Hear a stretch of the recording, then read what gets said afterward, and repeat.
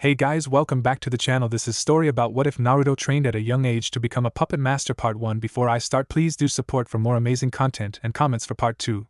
Do consider to subscribe my channel and share my video to your friends and check out the description as well. Let's start the video. October the 10th, a day in the ninja village Konohagakure no Sato where the villagers celebrate a great victory and mourn the loss of their greatest hero and leader. 6 years ago, the Yondaime Hokage Namikaze Minato defeated one of the 9 great demon lords, the Kyuubi no Kitsune, who was destroying their village. The battle lasted for weeks from when the giant fire-colored fox with 9 tails intruded on Konoha's territory to until when he was stopped on the very outskirts of the village. Installing the demon though, many hundred of good shinobi lost their lives, families were broken, children were orphaned, homes were destroyed. It was a time of both extreme tragedy and celebration, for in the defeat of the unstoppable force that was the 9-tailed demon lord and strongest of the tailed beasts, Kyuubi. This day was also the day in which a great tragedy had befallen on a certain infant. An infant who wasn't even aware of what was going on around him.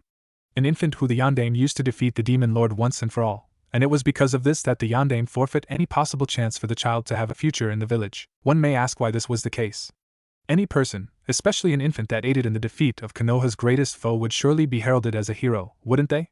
Sadly, things were not meant to be, for the truth of the matter is that no human or mortal for that matter could possibly kill the Kyuubi no Kitsune outright with any skill they could possess. They simply lacked the power and the means to destroy an immortal body.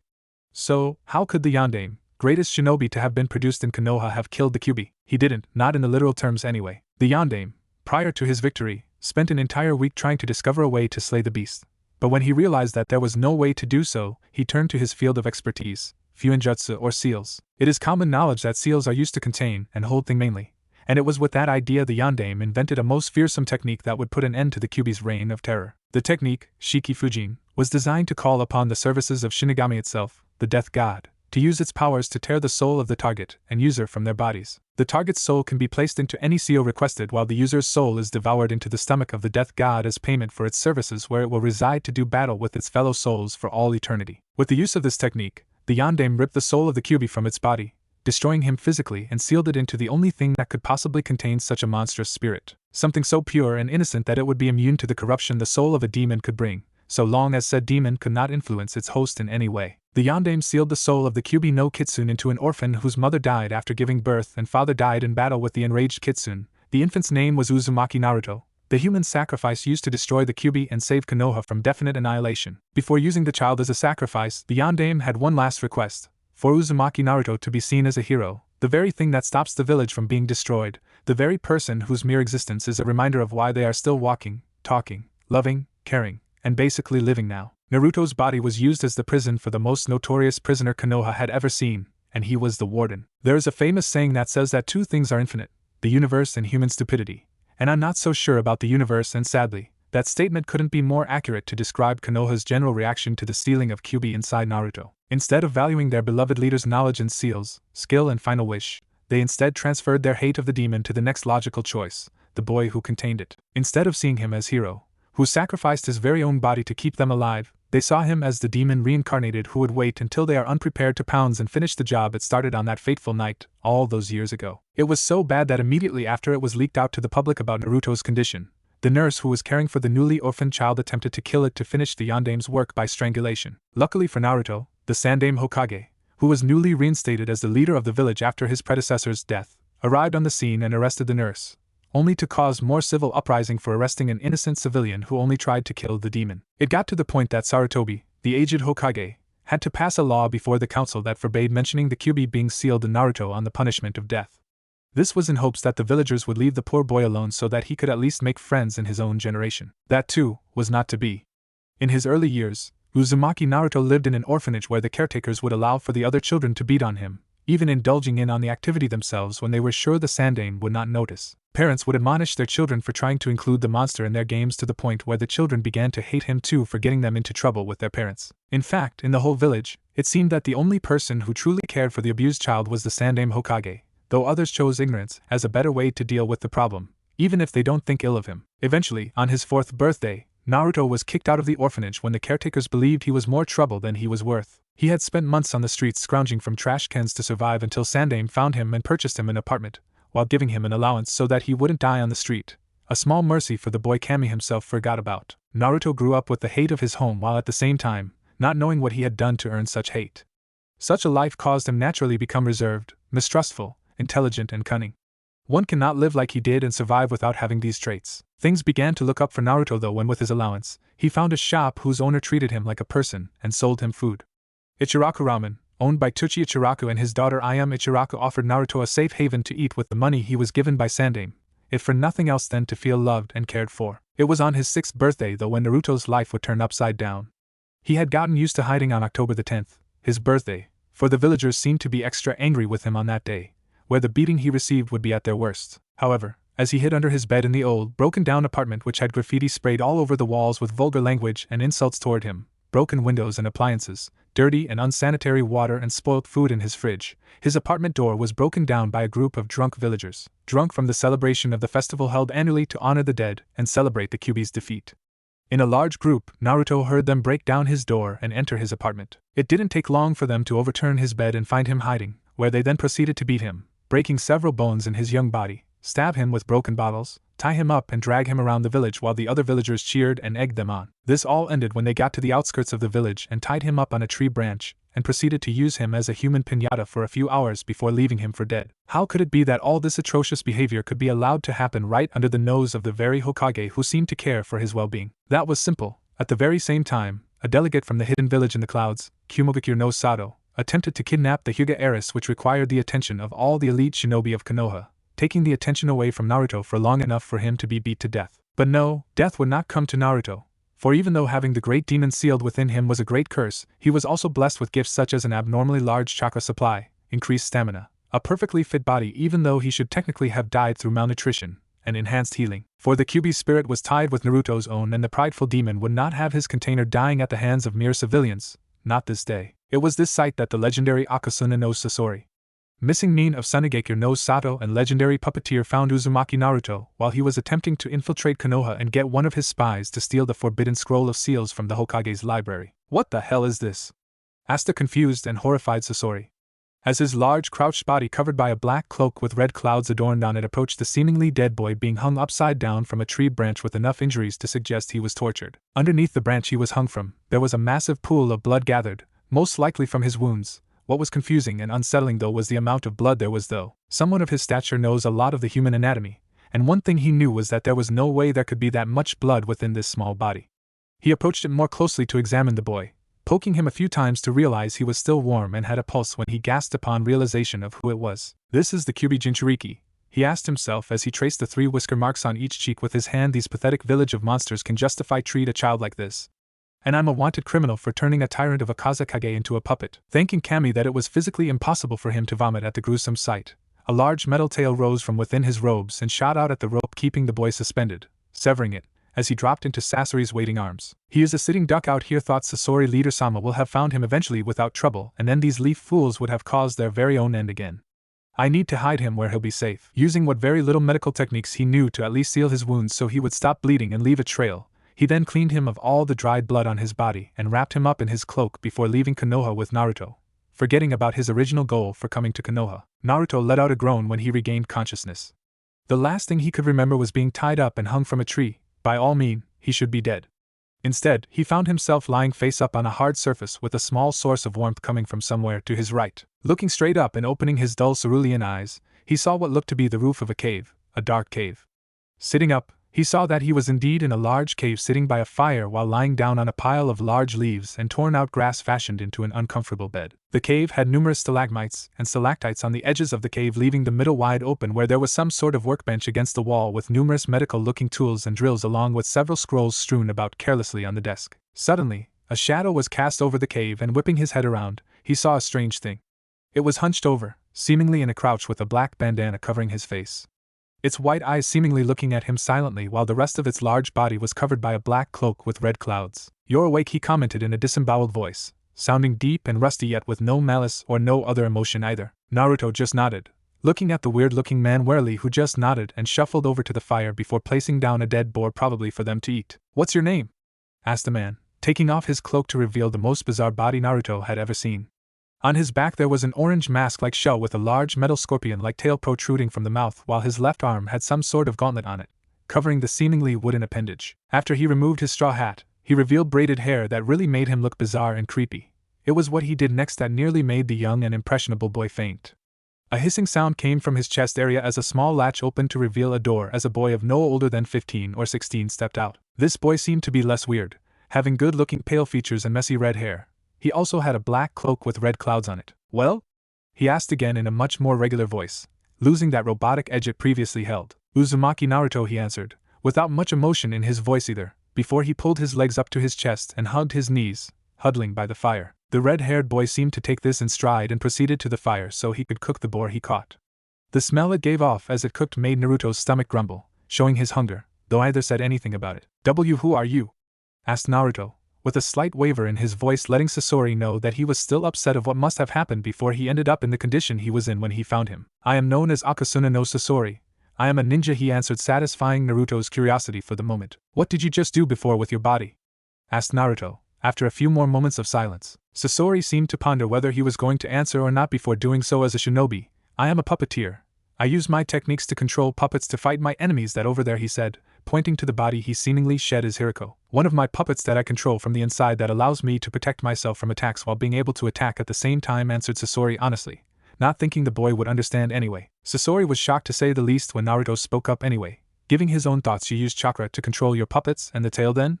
That way you can control your puppets without worrying about getting attacked yourself while doing so, right?" Sasori was shocked, though you wouldn't be able to tell from his stoic facial features. This boy was what? 5? 6? And he easily understood the reasoning for Hiriko after just one small explanation. "Correct." Naruto, still hugging his knees though now looking at the discarded Hiriko, spoke up again. "No one in Konoha uses puppets as a shinobi technique. It would save chakra one would normally waste for ninjutsu to use to enhance your own limbs and chakra strings instead. I don't see why there are not more puppeteers." If the situation wasn't so sad, Sasori would have burst out laughing. Trust a child to see the advantages and wonders of using puppets so easily. "You are interested in the shinobi arts?" asked Sasori, with a curious tone. "I read a lot. It's all I was allowed to do," answered Naruto. Sasori didn't interrupt, wanting to hear the whole story. "I spent a lot of time in the library, though I wasn't allowed to take any of the books. I like reading the stories about Shodame-sama, Naidame-sama, Sandame-sama, Yandame-sama, and other ninja villages. It was interesting." "Do you know who I am?" asked Sasori, genuinely curious, and his curiosity was piqued even more when Naruto nodded. "You're an S-class missing nin from Sunagekure no Sato, wanted for stealing several top-secret jutsu scrolls and fleeing Sunagekure over a decade ago." Silence lapsed between the two that lasted for at least 10 minutes as Sasori served the boar to the now starving Naruto and a cup of water from a bucket near the entrance of the cave, which was collecting clean drinking water. "You're not scared?" asked Sasori, while they ate their meals, to which Naruto just snorted in amusement. "Of what?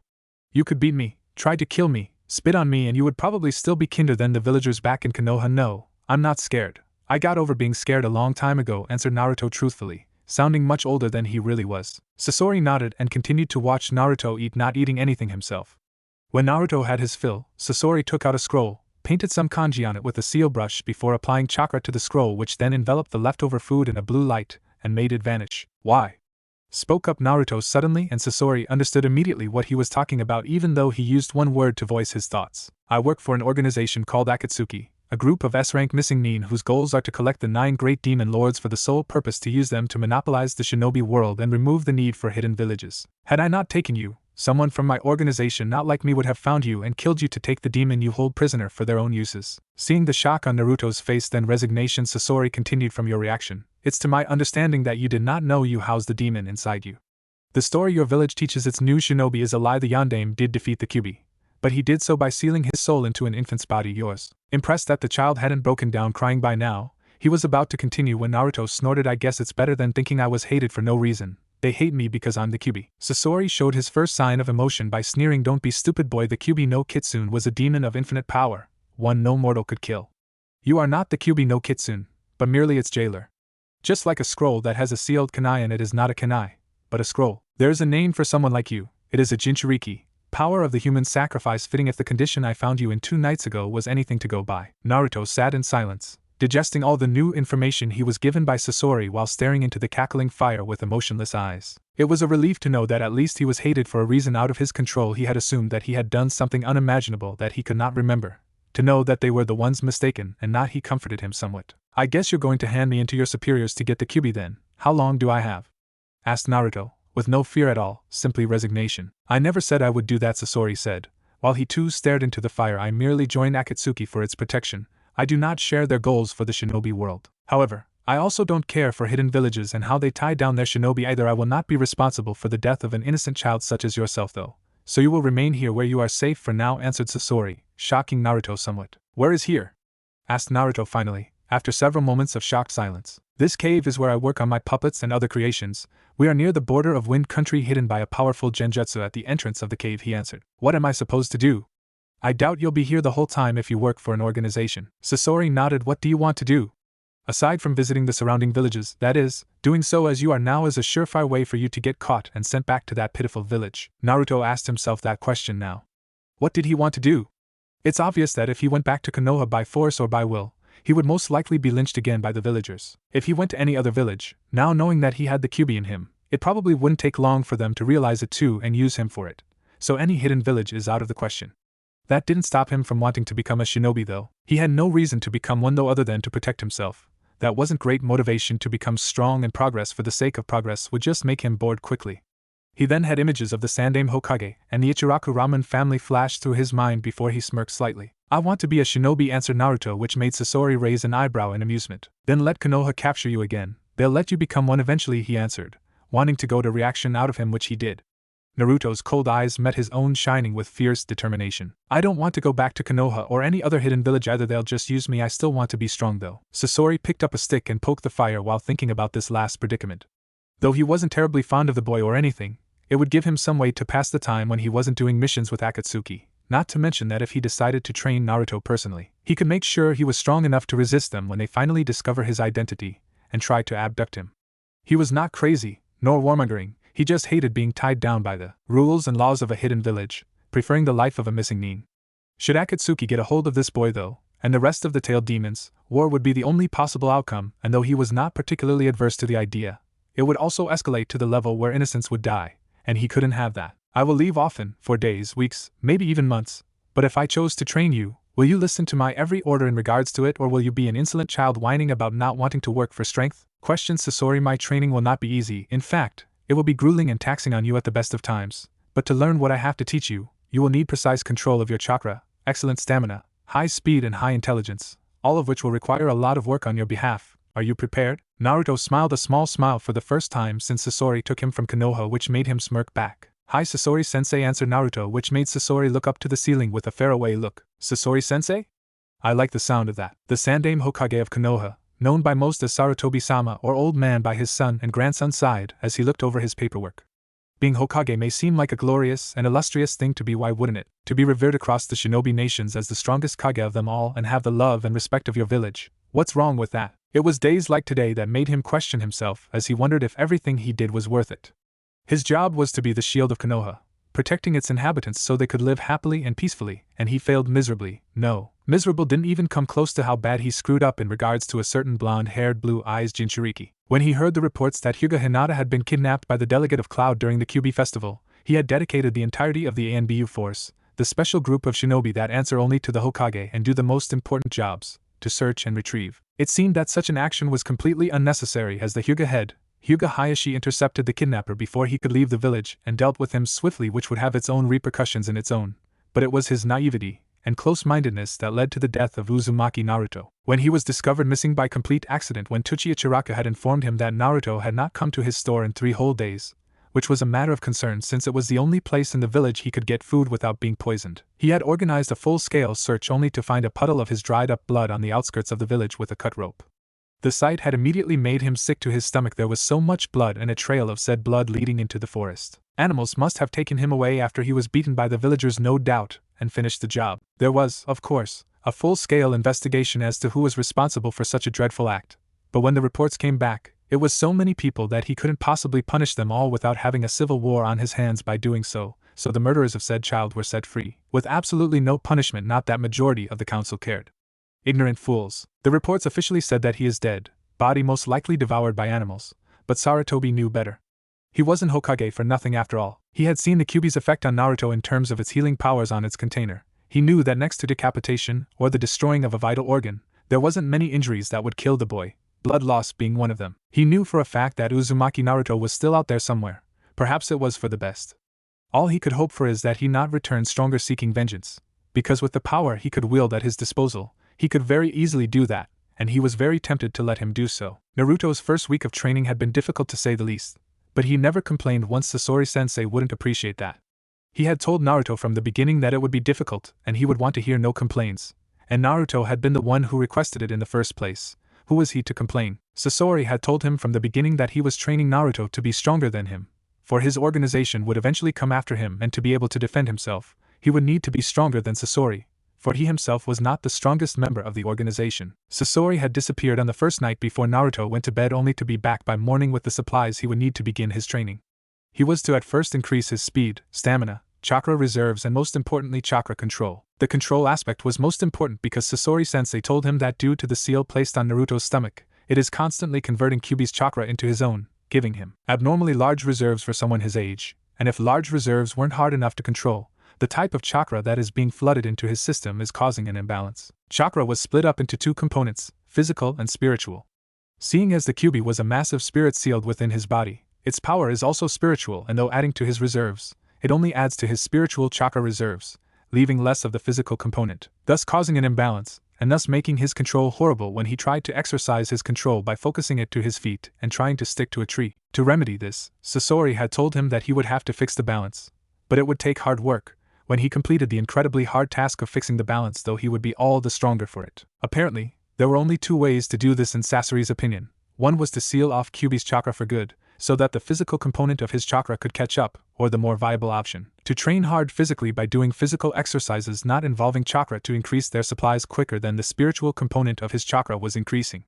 This would require him to do intensive physical workouts until the balance was there, which he could then combine the two components in his training and increase them evenly. The end result would be Naruto having massive reserves and perfect control of them, a deadly combination of any powerful shinobi, and something Sasori told Naruto he would need if he wanted to learn what he had to teach him. To begin his training, Sasori had given him a workout regimen that was designed to increase his physical stamina, which involved lots of running, minor physical exercises, and swimming for several hours each day. Being that he needed speed too, Sasori-sensei told him that he could not pack on too much muscle, else he becomes bulky and slow instead of strong, fast, and agile. To remedy this, Sasori-sensei had him only do exercises that increased his stamina, as once he attained good enough control, he could use his chakra to augment his speed and strength. It had taken him a full week to get used to the harsh training exercises, which usually consisted of laps around a specific circuit near the cave, sit-ups, push-ups, crunches, squats, and all other forms of physical exercise before he went on to shuriken and kunai throwing, followed by learning things that Sasori-sensei deemed beneficial to all shinobi, like mathematics, strategy, history, economics, and meditation. The latter more so he could focus and relax more often to keep his emotions bottled up when around his enemy. Show your enemy the slightest weakness, and they will exploit if they are good shinobi, he had told Naruto on many occasions, to drill it into his head. Over the next 2 years, Sasori continued to train Naruto in his chakra control and building his stamina to the point where his control was at a level high enough to begin the next phase of his training. As his reserve naturally grew, he had also began to teach him some ninjutsu that he had pilfered from various villages that would complement his abilities, such as the Shunshin technique, various clone techniques, and the basic academy-level techniques like the Henge and Kawarini, which he mastered quickly and efficiently. Sasori had also begun to teach him about poisons and the human anatomy, so he could utilize his knowledge about poisons, and where to strike his opponents to cause the most damage. The blonde was so naturally talented in the field, he created his own technique, to Sasori's shock, that was incredibly ingenious. The technique was called Doku Bunshin, which, like the Kage Bunshin that creates a solid clone of the user with the use of the user's chakra, creates a clone of the creator, but unlike others, upon destruction, it lets loose a cloud of poison that will likely be ingested by the attacker. To create it, he had combined the principles of the Kage Bunshin and Bunshin Daibakuha techniques, only instead of an explosion when the clone was destroyed, he used chakra to create poison. Naruto, stop training and come here, we have much to discuss, spoke Sasori to Naruto, who was currently doing his daily exercises. He may have grown fond of the boy, who was a pleasure to teach, but he would not baby the boy or grow soft, it would not help either of them. Yes, Sasori-sensei? Asked Naruto with a calm if not curious look on his face. He had been a bit excitable at the beginning of their training, but Sasori immediately beat that out of him. It was unbecoming of a shinobi to act like a child of all things. You have progressed a lot quicker in your training than I had expected, thus, we will move on to the next phase that I believe you will enjoy. As a result, he began, cold and emotionless as always. Seeing Naruto nod, he continued, what can you tell me of shinobi techniques? Inquired Sasori, allowing Naruto to figure out what they would be training in next by leading the answer to him with a line of questions. Well, there are many types of shinobi techniques which can either use one's physical stamina or chakra to perform. Such examples are ninjutsu, taijutsu, genjutsu, kenjutsu, fuinjutsu, and so on. One either learns stances and trains to master taijutsu and kenjutsu, but normally, in regards to techniques, one would mold chakra in the way they desire to have the desired effect of the technique they tried to use. Naruto answered, as best as he could remember, earning a nod from Sasori. Basing your next answer on your training so far, what do you think I would like you to train in next? Asked Sasori, goading him for an answer. You have tried hard to make sure that my control is as perfect as possible. First and foremost, Naruto answered before pausing, you have also tried to sharpen my mind and increase my intellectual power.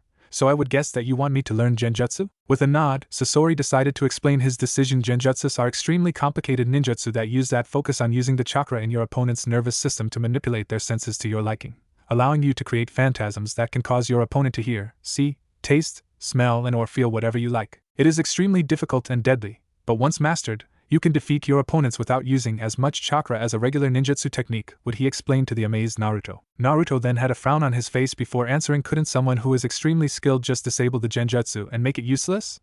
Asked Naruto, and Sasori nodded, conceding the point. Indeed, but the main factor there is that will only happen if your opponent is more skilled than you, which we are trying to make sure will not happen. Genjutsu is about subtlety more than power, he began. You can also layer your genjutsu so that you can make it more difficult for them to break or detect at all. Even though one can disrupt a genjutsu by using the release technique or flaring their chakra, they must know they're in a genjutsu first, or have the sufficient skill to break out of it. Do you understand its uses? With a grin, Naruto nodded. How will I learn this, sensei? Asked Naruto, showing an excitement that Sasori only saw on the boy whenever he would teach him something new. That was why it was so easy to teach the boy. He would soak up everything he would teach him like a sponge, but he would also enjoy it. Teaching genjutsu isn't like teaching ninjutsu. I do not show you a technique and you use it. What the genjutsu masters do is create their own techniques and manipulate the chakra in their opponents so flawlessly. They can literally manipulate their opponents at will. I will allow you to practice this on me for a few hours every day I am here. The other times I am not. You will train mentally so you can have the focus to perform the techniques, he answered, smirking at Naruto's giddy expression. Most kids his age would usually act like this when they got a toy they wanted, or were taken to buy some ice cream.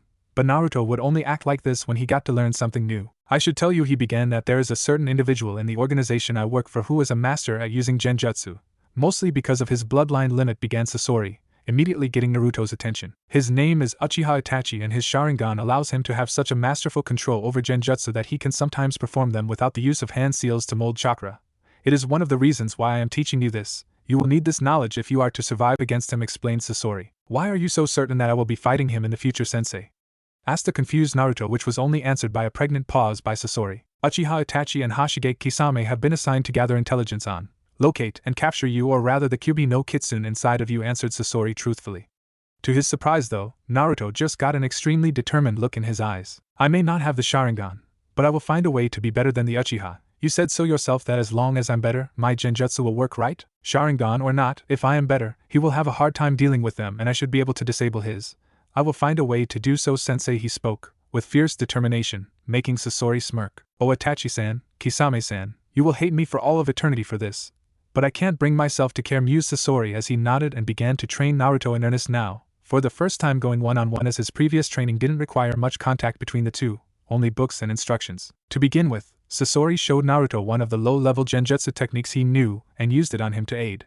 This would help him in a number of ways because firstly, he could feel how the chakra is being manipulated within himself. He can see it in effect, and he can practice to break it. As Sasori guessed, Naruto was able to piece together the steps involved in casting a genjutsu by himself after a week of this and successfully replicated the effect that was cast on himself, which was creating a phantasm for Sasori to see. Once Naruto got the feeling of how to manipulate the chakra to replicate those effects, he had to find a way to practice on someone to further his training. He couldn't use it on Sasori because the only sense Naruto could possibly use against Sasori was his sight and hearing. The rest was rendered useless due to his puppet body. So, to compensate, Sasori allowed Naruto to go into nearby villages under a henge and practice his genjutsu skills on unsuspecting citizens and bandits. Using this method of practice, Naruto was able to get the hang of using genjutsu and their usefulness. However, try as he might, he could not do them without the use of hand seals. In an attempt to discover how chakra is molded easier, Sasori told him to first attempt the feat with ninjutsu by mere repetition. So, taking his advice, Naruto went back to training his ninjutsu again but would not move on to the next technique until he mastered his current one without the use of hand seals. A year had passed like this, and by his 9th birthday, Naruto was able to perform henge, kage bunshin,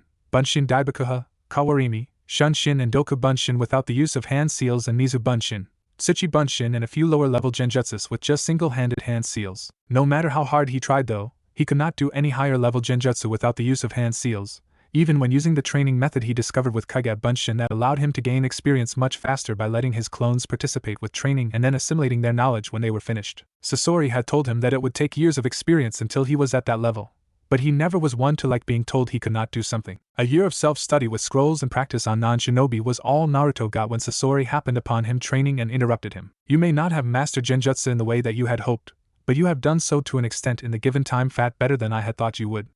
I set you an unrealistic goal that would give you a determination to better yourself, began Sasori, while looking at Naruto's pleased expression. I am by no means telling you to stop this, but we will begin with the next thing I am willing to teach you, said the puppeteer, getting Naruto excited at the prospect of getting stronger. What I will personally be teaching you now is how to use chakra strings as best as possible, and thus, by extent, how to be an effective puppeteer in combat, he explained with a smirk as Naruto let out a whoop of joy. The boy had expressed an interest in learning the art ever since he had shown him his own designs. One must begin small though, so you will first be learning how to create and control chakra strings on each finger, and only then will we move to actual puppets, he explained as Naruto got into a seated position before Sasori, ready for teaching. With Naruto's excellent chakra control, it didn't take long for him to be able to learn to use chakra strings.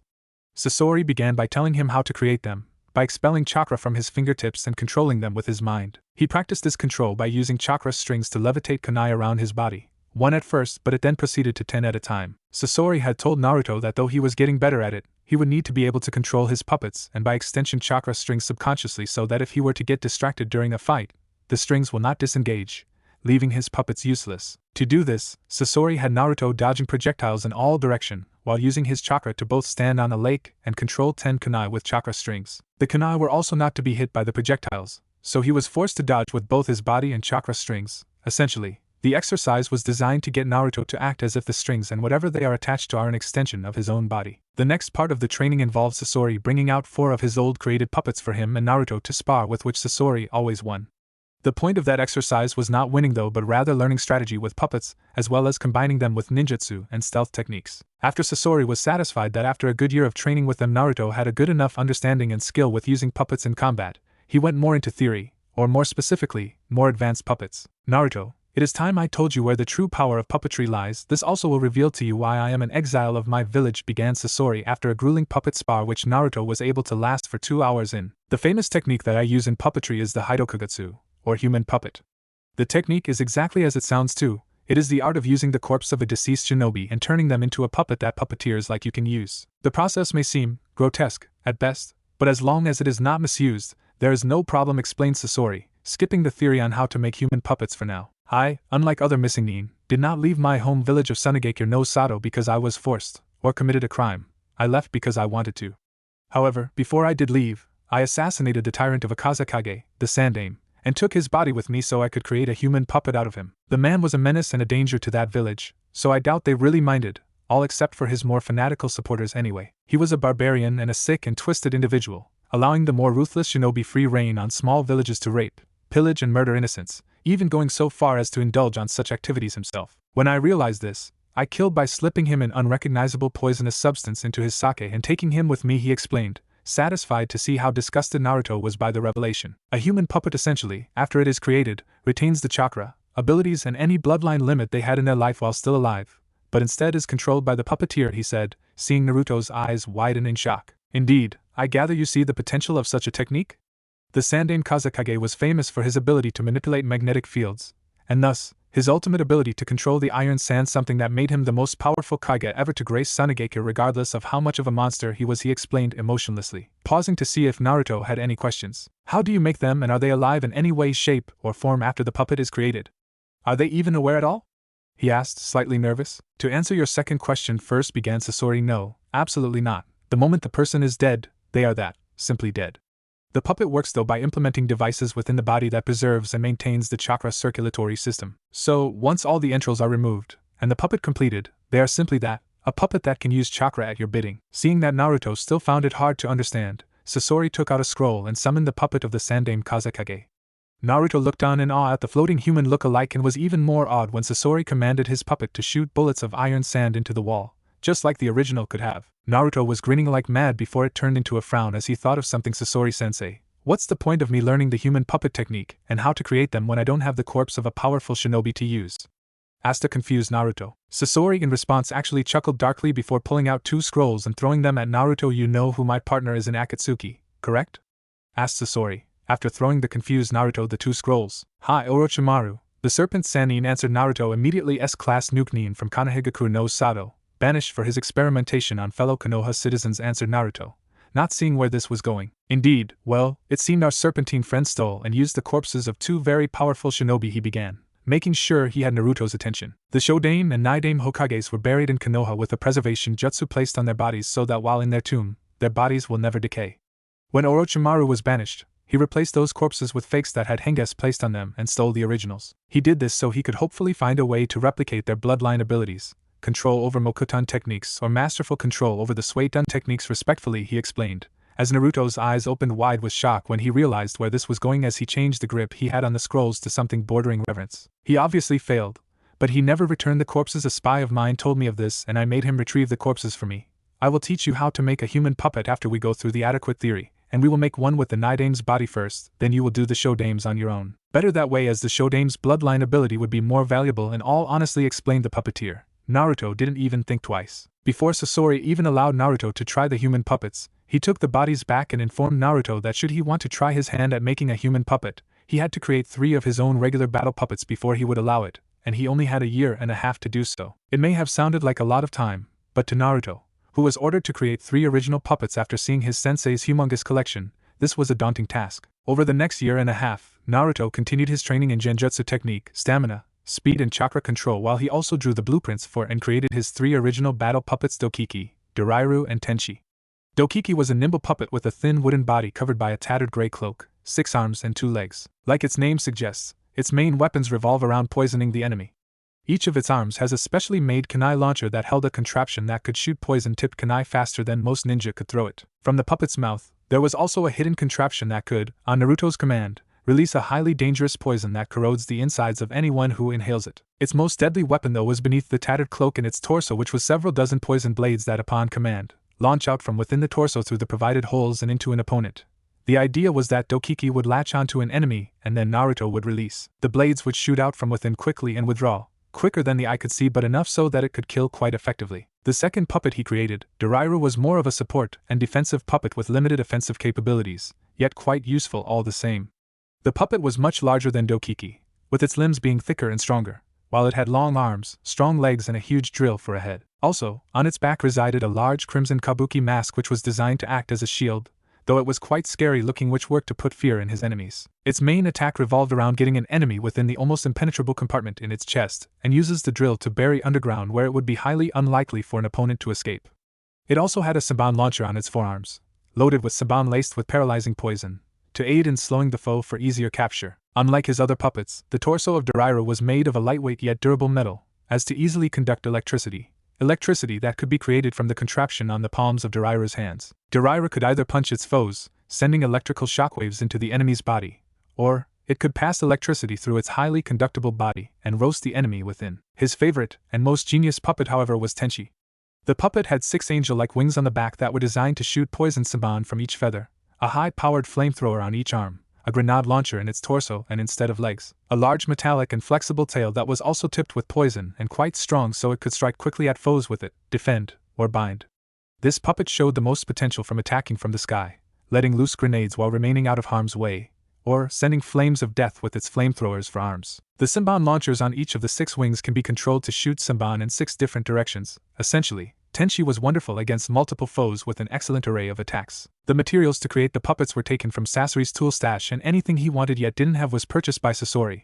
He had no idea where he would get such obscure items as a large drill or kabuki mask though. The end result had Sasori thrilled, and the field test was even better when Naruto made his first kill by raiding a bandit camp while controlling all 3 puppets simultaneously. He was a little sloppy and weak with controlling all 3 at once, but Sasori said that would get better with experience. Sasori had also made him mark his puppets like how he marked his own creations with his own mark, a red scorpion. Taking his sensei's advice to heart, he then marked all of his own puppets with his own sign, a crimson spiral, synonymous with his name. Getting the approval of his sensei in regards to being a proper puppeteer, they began their work on the theory behind creating human puppets, and it was quite grotesque yet fascinating at the same time. What it required was for Naruto to remove the entrails from the body and drain it of all its blood. Then, after peeling off the skin, Numerous gadgets would be installed in the body to keep the chakra circulatory system running and retain the ex-shinobi's former powers. Sasori had to walk him through step by step after he was sure Naruto wouldn't throw up at the sight. When Naruto asked how he could stomach such a task so easily, Sasori just chuckled darkly and told him that he no longer had a stomach or any other human body parts because he too was a human puppet, having converted himself into one. With the help of Sasori, Naruto was able to successfully convert the Nidaime Hokage's corpse into a human puppet, and almost immediately after that, he did the same with the Shodaime Hokage's corpse, though this time it was without the aid of Sasori. Naruto had made sure to dress both Hokage puppets accordingly to give their puppets the dignity they deserved, with the Shodaime dressed in black shinobi pants and short-sleeved top with maroon battle armor covering his upper body and thighs, while Nidaime wore the exact same. Instead, he had blue armor and a white fur neck piece. He had seen pictures of them wearing the exact same thing in battle. He didn't dislike them, as a matter of fact. He greatly respected the two men, however. Without the proper preservations, their bodies would have wasted away anyway. This way, he could use their bodies for good, which is something he was sure they would approve of, and if they didn't, well, he didn't much care. It was the least Konoha owed him after all the shit he'd been through. Naruto had a great amount of fun learning to utilize the two brother Hokages in battle, and using their own bloodline techniques. It was amazing being able to control Mokuton abilities through a puppet with the Shodaime, and use Suiton Jutsus with the Nidaime puppet without a water source. Naruto remembered reading though that the Nidaime had a lightning chakra blade made for him to supplement his water jutsus that was stolen some time ago by some Nukenin. He resolved to find the blade and give it to his puppet to wield in battle. It was now 3 years since he began learning to use puppets, and it was also Naruto's 12th birthday. Since he began training, he had successfully gained excellent chakra control, increased his stamina immensely, his speed and evasion skills, learned several useful supplementary ninjutsu, and creating one of his own, mastering genjutsu techniques to the point where he could almost do them without hand seals, learned about different kinds of poisons, strategy, human anatomy, geology, economics, mathematics, literature, strategy and history, creating his own puppets, mastering the use of chakra strings with said puppets, and created 2 human puppets from 2 of the most powerful shinobi in the history of the shinobi world. Sasori had told him that now was the time to start gaining experience against other shinobi, else he wouldn't be able to grow. When Naruto asked if Sasori was sure he was ready for combat against other shinobi, the man just smirked, telling Naruto that he already had the skills of a jounin, and the only thing holding him back would be experience. 2 figures stood in a clearing, one having shoulder-length green hair and wearing an Amigekyo forehead protector, a tight blue and gray sleeveless jumpsuit with a blazing yellow sword of electricity flaring in his right hand and an umbrella-styled weapon on his back. His name was Rokusho Aoi, an A-rank missing nin from Konoha, now a jounin for Amigekyo no Sato after defecting there. The other figure stood motionless, wearing a high-collared dark gray cloak, black lining around the edges, which covered the lower part of his face from view, while a straw hat covered the upper part of the shinobi's face from view, keeping his eyes shadowed, though it was obvious that the shinobi could see clearly even with his face obscured. From beneath the cloak, one could see 2 legs clad in black baggy pants and black shinobi sandals that held up his pants at the shin. Rokusho Aoi, you have something I want, the Raijin, sword of the Nidaime Hokage of Konohagakure no Sato.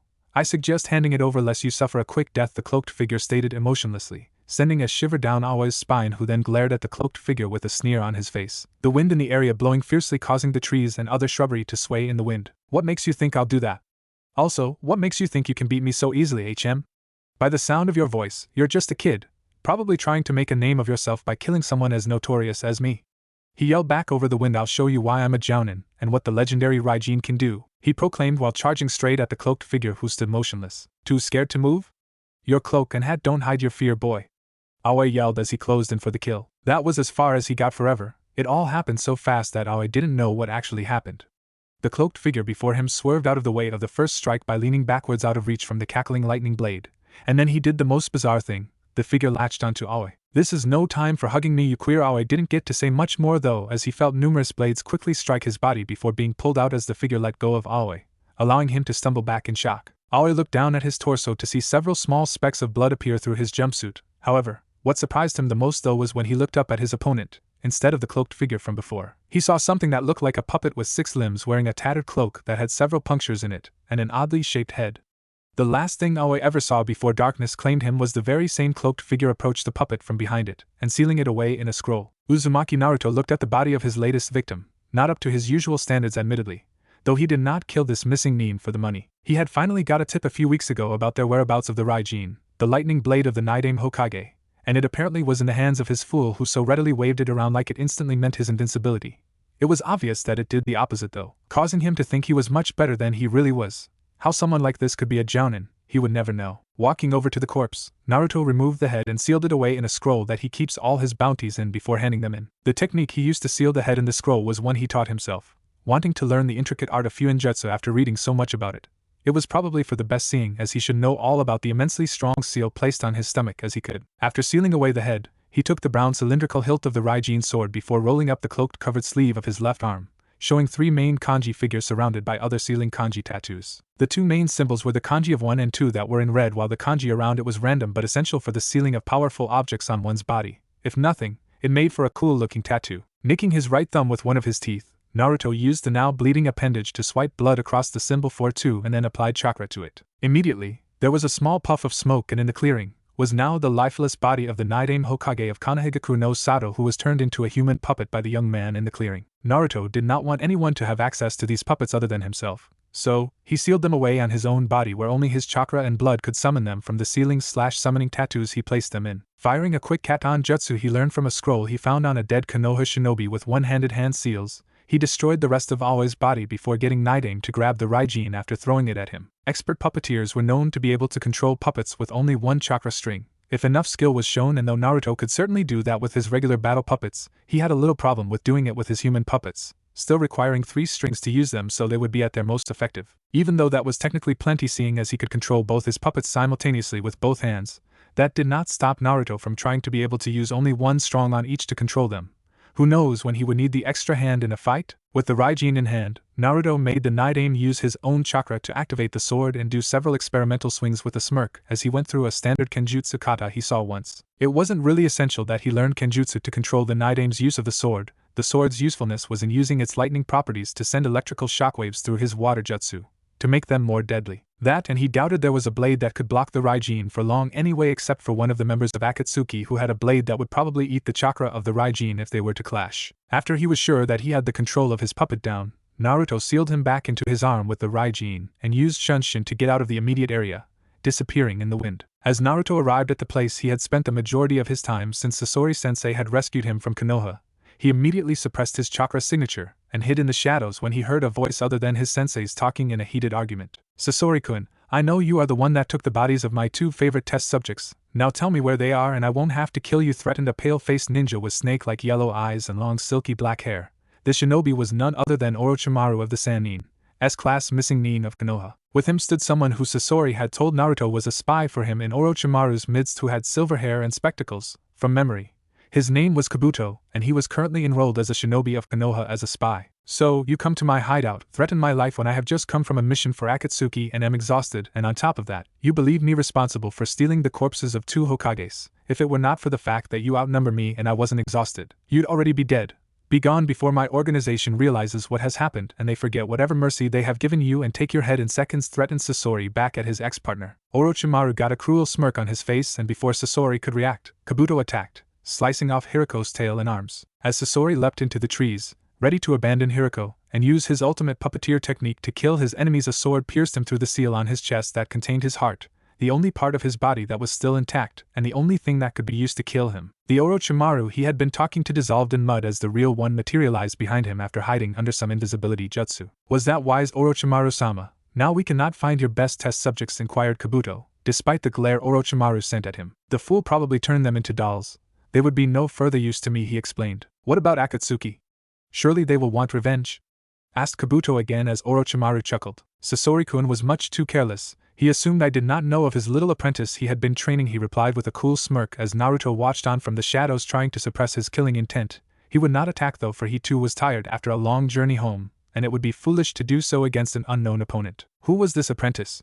Asked Kabuto, intrigued. Orochimaru smirked again, the Kyubi Jinchuriki. It seems that Sasori-kun didn't share the same views as his organization, so even if they seek retribution I can just let that information slip and they will search for Naruto-kun instead of focusing on me. Remember, Kabuto, he said, turning a glare at him, do not question my motives again. I am not foolish and you are in no position to question me, he warned. Hi, Orochimaru-sama, responded the faithful servant as they both disappeared using Shunshin no Jutsu, most likely heading back to Odogakure, the newly founded shinobi village in T-country. Immediately after Naruto was sure they were gone, he ran out to the clearing and pulled Sasori out of his protective puppet body, revealing a wheezing and dying human puppet who smiled weakly up at him. Naruto, you were smart to stay hidden, complimented Sasori while Naruto kept quiet, knowing that these would be his sensei's last words. I'm dying, but I should let you know you have surpassed my every expectation as a student. You will be great, he said, as the light in his eyes started to dim. Don't be tied down by a hidden village and take my sendame puppet, use it well. Naruto looked on at his sensei's body, silent tears running down his face as he watched the first person who truly cared for him die in his arms. Take my journals, they have large amounts of information on Akatsuki's plans, other missing Nin and Orochimaru. Kill Orochimaru, you are stronger than he is, especially with the Kages at your side. Sasori was now speaking to him, though it seemed as if his voice was failing him,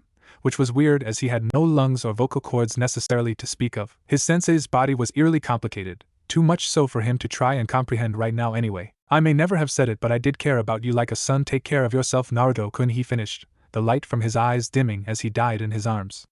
Naruto let out a strangled sob he was holding in and furiously wiped at his eyes, not willing to show weakness, especially in honor of his dead sensei. Naruto now took Sasori's heart out of the special seal. He kept it in the chest cavity of his body and buried it near the cave he loved so much. Naruto then sealed his body along with Hiriko in a separate scroll after removing his special Akatsuki ring from his finger, not willing to let anyone happen on it, and use the findings to their advantage, never to be seen or used again. He found the scroll in which he had sealed the Sendame Kazekage in and unsealed it, revealing the spiky black-haired Kage with a large gourd filled with poison iron sand and covered in dark robes. Naruto then set out to carve another seal tattoo in his forearm near the ones for his other Kage puppets that was this time green instead of red with 3 horizontal lines on top of each other, signifying the kanji 4-3 surrounded by other sealing kanji before he applied chakra to the tattoo, causing it to shine with a blue light and envelop the Sendame Kazekage puppet and seal it into his arm. Naruto then went into the cave where he found all of Sasori's information scrolls and spent the rest of the night reading through them, learning all the information about every missing nin of B rank and above in the bingo book from all over the shinobi nations,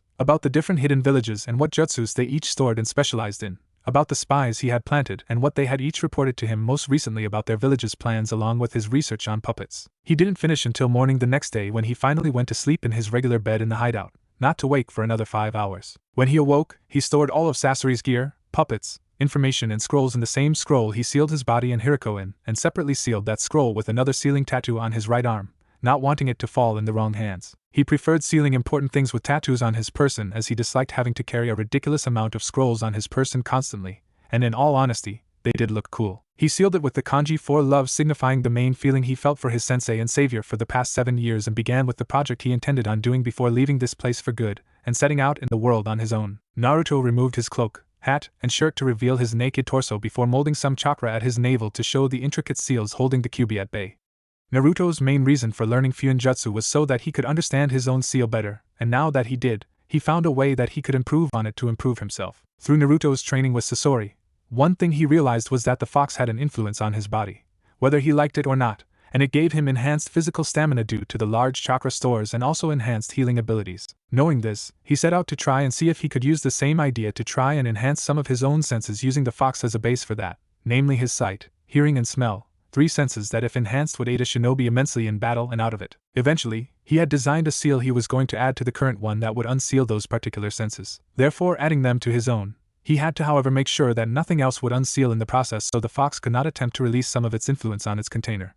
He was sure that he could get in contact with the demon, but he had no desire to do so, not that he was scared, but he wanted to avoid that unpleasant experience. Naruto laid out on his back with the seal exposed, and used chakra strings to dip an ink brush into the pot of ink he had sitting beside him before he quickly and efficiently began to paint additional kanji around in a circular pattern around the seal. He had to be very specific in what he wanted to do, or the unsealing could have any possible consequence.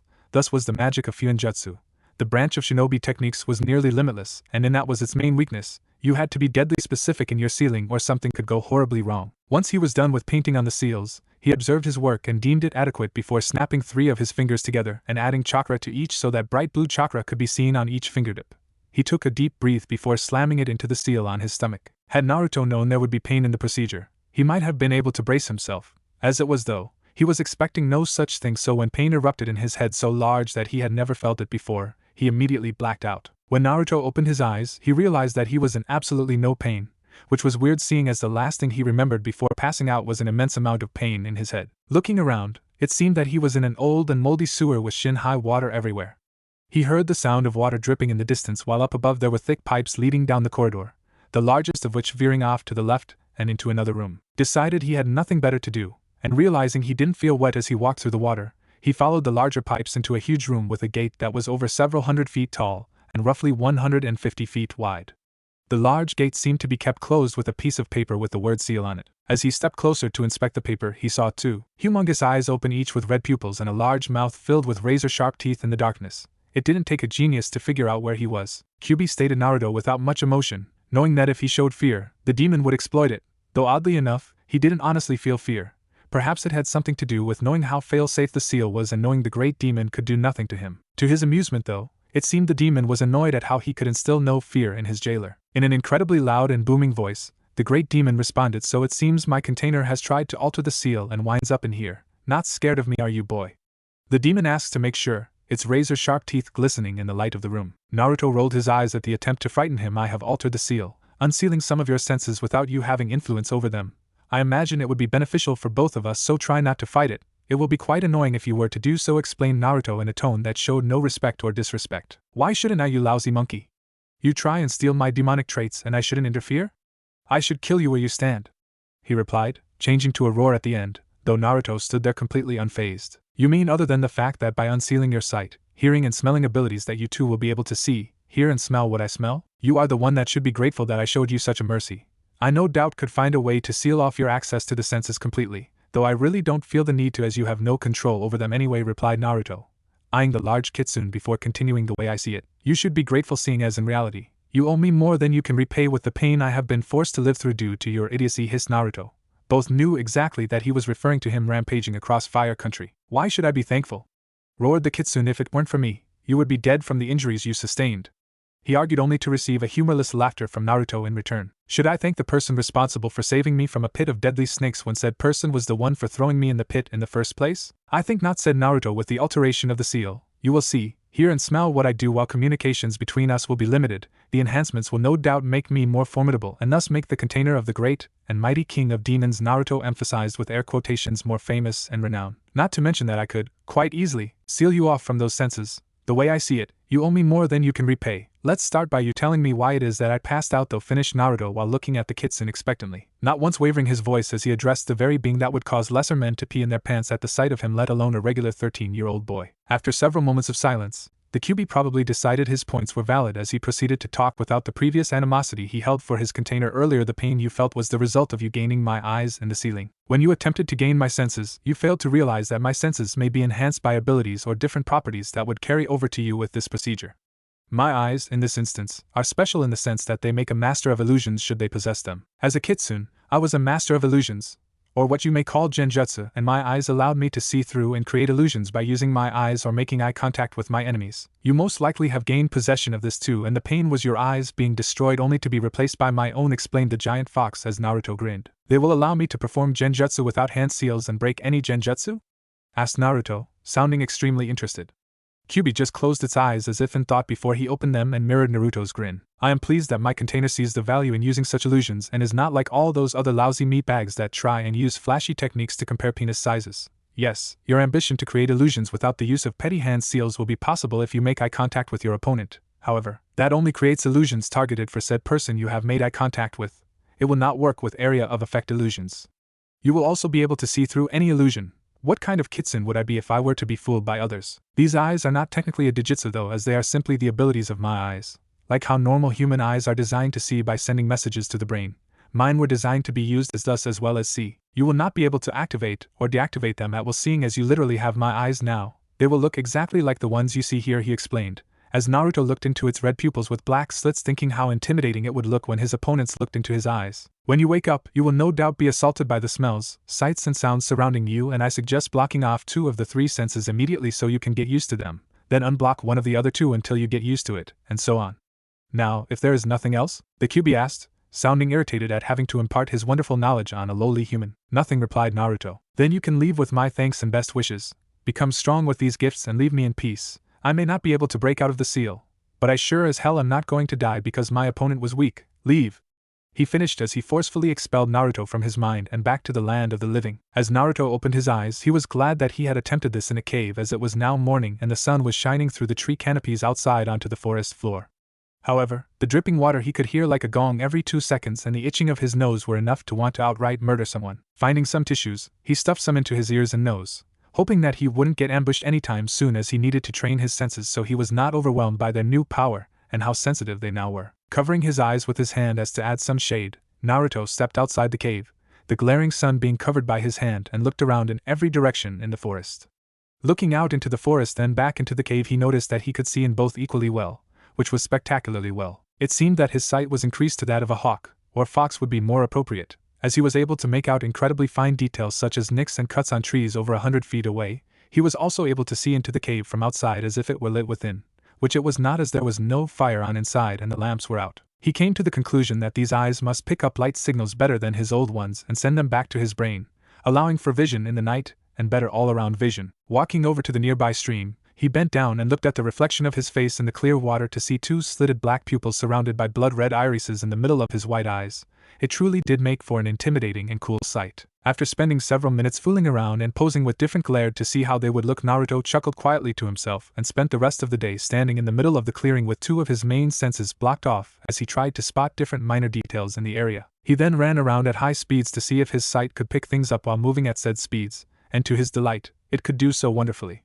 Finally, he looked up into the sky without looking directly at the sun to find that he had gotten used to his eyes to the point where they were at least better than his old ones. After making himself some dinner by catching some fish and eating them in over a fire, he spotted a small squirrel on the other side of the clearing and decided to see if he could use his new eye's power on it.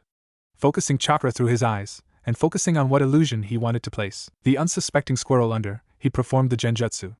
As he did so, he felt the chakra mold itself behind his eyes before being expelled through them into his opponent, the squirrel. What happened next put a big grin on his face that would not get whipped off for quite some time. The squirrel scurried over to a rock that he had tricked it into believing it was a piece of meat and attempted to eat it, only to gnaw at it with confusion as the juicy piece of meat would not be punctured. Naruto awoke the next morning, keen to work on his hearing next as he took out the pieces of tissue he used to block out most of the sound coming to his ears. With enhanced hearing, it was like a double-edged sword. He may be able to hear extremely well, but that could be used against him should someone attack him with sound techniques like shinobi from Otogekyo would, or if they simply used loud sounds to distract him. So, he would have to learn to regulate sounds coming into his ears so that he would not blow his eardrums when trying to hear out his opponents from a distance. He sat next to a roaring waterfall which at first almost deafened him, but he got used to it as he tried to pick up other sounds in the surrounding area despite the booming sound coming from behind him. This exercise took him several days in comparison to his eyes, which he had slowly gotten used to more as the days went by.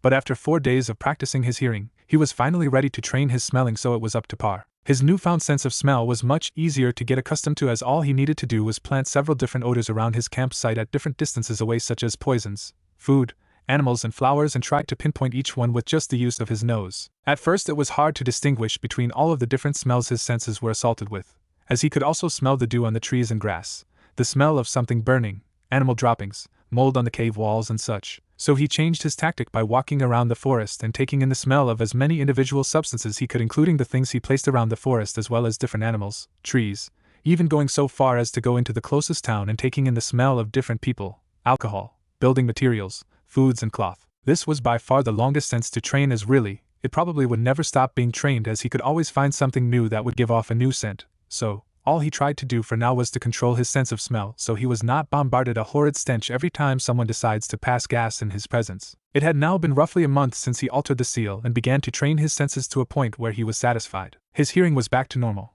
but he got such control over it that should he want to hear things at a distance such as a whispered conversations over 100 feet away, all he would need to do is apply chakra to his ears and he could focus on where the sound was coming from to hear it. His smell was coming along nicely, now no longer feeling the need to empty his stomach whenever passing a used toilet, or when someone passes gas in his immediate vicinity, which he was immensely grateful for. The most fun he had though was with his sight as he placed minor genjutsu on unsuspecting villagers and even some lowly bandits, for fun, and while making money, which to his delight, worked extremely well. Now though he faced the problem of still needing experience if he was to ever stand a chance against his enemies, and needing a steady source of income. The 13-year-old decided that he would leave the place he had come to call his home for good, as it only brought him bad feelings now with the death of his sensei, and travel the shinobi world, obtaining technique scrolls, getting bounties and gaining valuable fighting experience. He may be strong, but if there was one thing Sasori-sensei taught him it was that there was always room for improvement, and he intended to do just that. Donning his dark gray cloak and straw hat, Uzumaki Naruto set off into the world and began his travels. Team 7 under Jounin Hatake Kakashi currently sat in their client's house after their sensei fainted from chakra exhaustion caused by his fight with a missing Nin Momochi Zabuza. Their mission was to escort the old bridge builder to his home in the land of waves and protect him from rogue thugs and bandits who worked for someone who didn't want the bridge connecting the island nation to the mainland,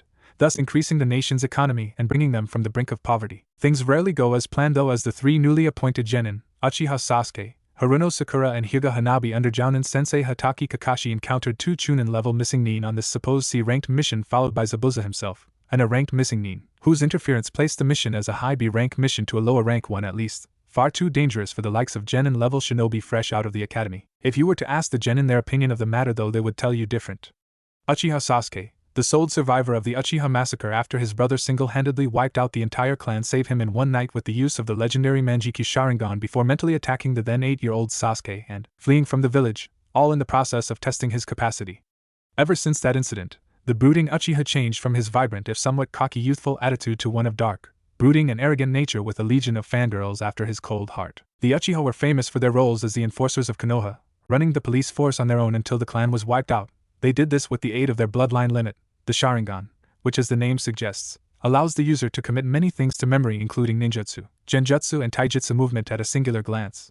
Due to this bloodline limit being a digitsu like the Hyuga's Byakugan, there has been an age-old conflict between the two families over who is the strongest in Konoha. Haruno Sakura was one of these said fangirls, with pink hair, an abnormally large forehead, and a slim and unfit-looking figure. She, like most girls her age after the Uchiha, do not take being shinobi seriously and follow the brooding boy around like lost puppies. The girl had no real shinobi skills to speak of, but to be fair, she did have incredibly good book smarts and an impressive control over her minuscule chakra supply. Her once best friend and currently main rival in achieving Sasuke's affection, Yamanaka Ino, a fellow classmate and member of Team 10, was the only thing giving her drive at all to get better aside from impressing her wonderful Sasuke-kun. Sakura comes from a non-shinobi background, with both her parents being civilians and her being the first shinobi in the family. Her family pushed her to try and win the Uchiha's affection to elevate the Haruno's standing within Konoha, something that Sakura was all too happy to oblige with. The last and youngest member of the team at the age of 10, making her 4 years younger than her teammates, was Hyuga Hanabi, sister to the heiress of the prestigious Hyuga clan and daughter of Hyuga Hayashi, the head of the clan.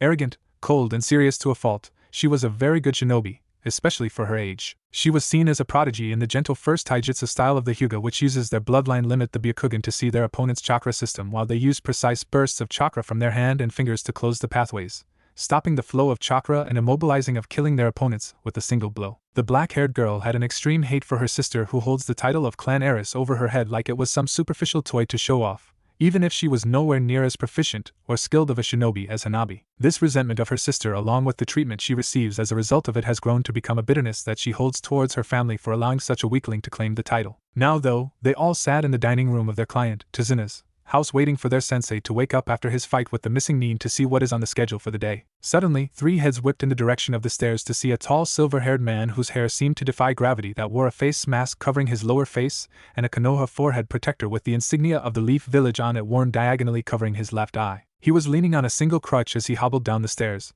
obviously still suffering from fatigue after his right. "Yo," he said happily, his one visibly eye curving, which was the only sign that the man was smiling, as well as the small creases in his mask where his cheeks rose from smiling. "Kakashi-sensei, are you feeling better?" asked Sakura, fussing over her sensei, who seemed perfectly fine were it not for the fatigue. Hi, I actually came down here to discuss a couple of things with you three," confessed Kakashi, shrugging off Sakura's concern. Seeing that he had all 3 of their attention, Sasuke's while eating rice, and Hanabi, even though she was leaning against the wall and looking out the window, he could tell she was listening. "Zabuza may not be dead," he said simply, causing an instant reaction from the 3 genin, who all whipped their heads in his direction, and Sasuke choking on his rice, making for a comical sight. He had to suppress a chuckle as Hanabi smirked at the sight. She seemed to take extreme pleasure in watching the Uchiha heir make a fool of himself. "What do you mean not dead, sensei?" came the question from Sakura, the pink-haired banshee whose screams were some sort of sound-based ninjutsu. He was certain of it. "Well, I mean that he's still alive," he deadpanned as Sakura face vaulted and Hanabi smirked again. Sasuke was still coughing and pounding his chest where his food pipe was in the hopes it would aid in making it go down. After some more choking and realizing it wouldn't work, he thought quick and made some hand seals before initiating the Gokaku no Jutsu, incinerating the offensive rice.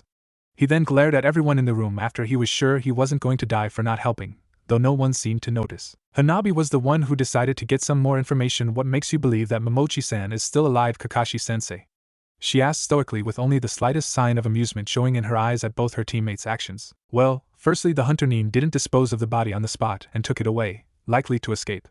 Secondly, their weapon of choice was a saban to the neck to kill, which is usually not the best way to kill somebody, though it is quite an effective way to put someone in a death-like state. Zabuza's heartbeat must have been so slow that I missed the pulse when I checked," he explained to the 3 students, hoping to teach them a lesson, and to the avidly listening Tazuna with his daughter Tsunami. "So what are you gonna do?" asked a nervous Tazuna, not sure how much he should trust ninja whose allegiance was to their village, and not some old bridge builder. Kakashi shrugged and motioned to his cane. Not much I can do, but that's okay. Zabuza shouldn't be in fighting condition for another 2 weeks. One at least. I did severely injure him before he escaped. In that time I intend to set up guard rotations for you at the bridge and train my team some, he explained, motioning towards his students, 2 of which looked excited and eager while the pink-haired one looked at the Uchiha for his reaction before deciding to be excited. This action was not lost on either Hanabi, Sasuke, or Kakashi either. Uzumaki Naruto stood at the edge of the forest up in a tree observing the state of the land of Wave. At first glance, one would easily say that this country would be a beggar's nest that couldn't possibly prosper, but Naruto knew better. His old sensei who passed on around a year ago now had brought him here a few times to get supplies and train his genjutsu, and get mercenary work, and when he had come then, the place had been booming economically with most of the shipping infrastructure under its control. According to some intelligence he had happened upon though, the land was having its proverbial balls held in a vice by the evil businessman Gato of Gato Inc., who had milked the country dry of all economical resources by controlling the docks and any transport off the island nation, so he literally controlled Wave's economy. His plan was simple: find Gato, kill him, take his assets for his own, give half back to the country, make sure the bridge they're trying to build gets completed, and in the end, he will get a country to offer his services to for hire. He needed to make money after all. It wasn't that he was poor, far from it, especially after he relinquishes Gato of his assets and finds a new source of employment. But he had plans to achieve, and those plans needed money. Taking one last look at the humongous bridge in the distance leading to the mainland that was almost complete, he lowered his straw hat and headed towards the village. He had some information gathering to accomplish. Once he was on the outskirts of the local village closest to the uncompleted bridge, he made several dozen Kagebunshin and had them henge into different-looking civilians before sending them into the city with some cash each. It should be fairly easy for a paying customer to obtain information in a poor village, especially if said customer had no regard to the consequences of his questioning. Not that he was scared of Gato or his men, but he couldn't have Gato know that a powerful shinobi was onto him and after his head. The man would just relocate his business and make finding him again all the more troublesome. As he waited in the forest, he plucked a leaf from the nearby tree and held it in his palm with his other hand resting on top of his other palm, enclosing the leaf in between his hands. This was an exercise he picked up from a scroll he had stolen from Sunagekyo one time that helped in training his chakra's natural affinity, which was wind. In his studies, he read that most shinobis' chakra leans towards a certain nature, and there was a way to test this. The way in which he used was the paper test, which required a special piece of card that he had to channel chakra into to discover what his chakra affinity was. The reaction he got was that the card split in 2 down the middle, which indicated his chakra's natural affinity was wind. Had the card burnt, his affinity would be fire; had it crumbled, it would be lightning; had it turned to dust, he would be earth; and if it had gotten wet, he would be water. If one discovers their chakra's affinity early, they can train it and learn to manipulate it. Not to mention that learning to manipulate the type of chakra one's own chakra has an affinity towards is infinitely easier than learning to manipulate chakra of any other type. The current exercise he was doing, splitting a leaf down the middle with only the use of wind chakra, was the first step in learning to manipulate wind-based chakra, and once he mastered that nature manipulation, it would be infinitely easier to do wind-based jutsus or add wind-based chakra to other jutsus and or weapons. Naruto pulled his hands apart to see the leaf had indeed split perfectly down the middle. With a small smirk, he threw the 2 pieces of the leaf away and leaned his head against the tree while constantly keeping aware of his surroundings. Originally, when he had pilfered a scroll from Suna which detailed how to train in wind manipulation, he had read it many times and it took him a good month to get it down. He knew he could have used the skill of Kagebunshin to have all his clones do it with him so he would learn quicker, but he felt that when he learned things on his own, he could use them better than if he had taken a shortcut to learning. It had taken him a good portion of this last year to get it down, but he was finally able to manipulate his chakra into wind-based chakra at will to add it to his jutsus if required, or his weapons, or simply use the wind-based chakra on its own. It was definitely worth the time he spent learning. He had read from Sasori's journals on the subject that 2 of the 3 Sannin, Orochimaru and Jiraiya, had mastered manipulating their chakra into all 5 forms, which was a respectable feat on its own. They weren't Sannin for nothing. At that moment, he felt some foreign knowledge come into his mind, signifying that one of his clones had learned something and dispelled himself to pass on the information to Naruto. It seemed that Gato, along with his regular band of petty samurai and mercenaries, has hired 2 missing nin, one of which was Momochi Zabuza, a ranked nuke nin from Kirigakyu no Sato and also formerly member of the 7 Swordsmen of the Mist. He was once a subordinate of Hashigate Kisame, one of the members of Akatsuki, also an ex-member from the 7 Swordsmen of the Mist. However, he attempted a coup d'etat against the old Mizukage which failed, causing him to flee from the country and become a missing nin. He must be desperate if he is sinking low enough to take work from an evil businessman to get money. It seemed that Zabuza also had an accomplice who he bragged about being stronger than even he. Not that Zabuza was incredibly skilled, but he was a jounin and was dangerous. His clone couldn't get any more information on this mysterious accomplice though, so it dispelled itself before he was discovered. He then shuddered when he realized what his clone had to do to get that information. It had used henge to disguise itself as a female prostitute, and coerced the information from one of the higher-ranking mercenaries that were patrolling the docks. Thank God it used the genjutsu to get the information instead of servicing him, or else he would probably be scarred by the action for life. Just then, another clone dispersed itself, revealing more information. Apparently, the old bridge builder hired a team of genin with their Jounin sensei to guard him while he finished construction on the bridge. They also apparently had a run-in with Zabuza before arriving here and were unable to kill him. The only information the clone got about the group was that their sensei was the infamous copy ninja Hatake Kakashi from Konoha. How he hated that village. He still remembered how he was treated when he was but a child, and he also remembered how it was that Sasori had found him in Konoha. He got them back though by stealing several high-ranking jutsu scrolls from the Hokage's mansion, useful ones too, filled with katan jutsus, kinjutsus and medical ninjutsu. Not that he had a use for the latter personally, but who knows when he could find some use for it. He had no interest in learning any advanced medical ninjutsu save for the basic Shosen no Jutsu to speed up cell regeneration on another's body. Kyubi was more than enough to heal his own wounds, and much better than any jutsu too. Just then, he got a message from one of his shadow clones saying that he had spotted the team from Konoha training their chakra control in the forest near the bridge.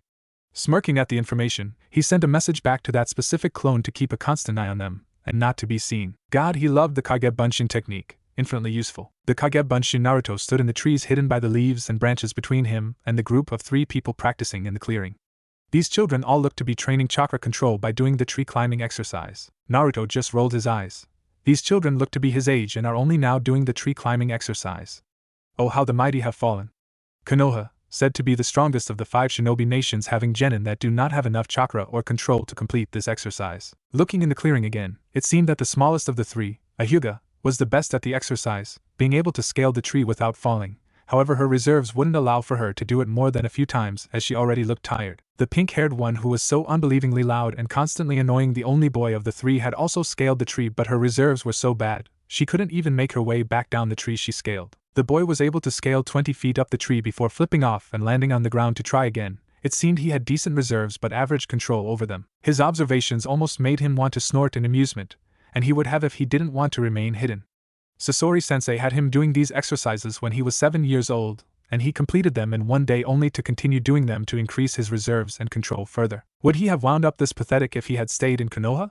He was now immensely grateful, well, more than he already was, to his late sensei for taking him away from that sorry excuse for a village, though he reasoned that most villages would have the same standard if Konoha was viewed as the strongest. Just then, a silver-haired ninja wearing the standard Konoha Jounin uniform with one eye being covered by his forehead protector limped into the clearing using the crutch to balance himself, or to lean on, classic symptoms of exhaustion. Naruto recognized the man from the pictures of him in the bingo book, Hatake Kakashi.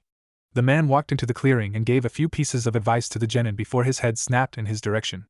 He was a Kage Bunshin after all. He couldn't honestly expect to be able to repress his chakra enough to remain hidden and stay in existence. Immediately, he felt a kunai to his throat and a presence of someone behind him, while Kakashi disappeared from the shocked genin's view. The Hyuga then activated her bloodline limit and looked in their direction and widened her eyes. It seemed that she had finally spotted him. "Who are you and why are you spying on my team?"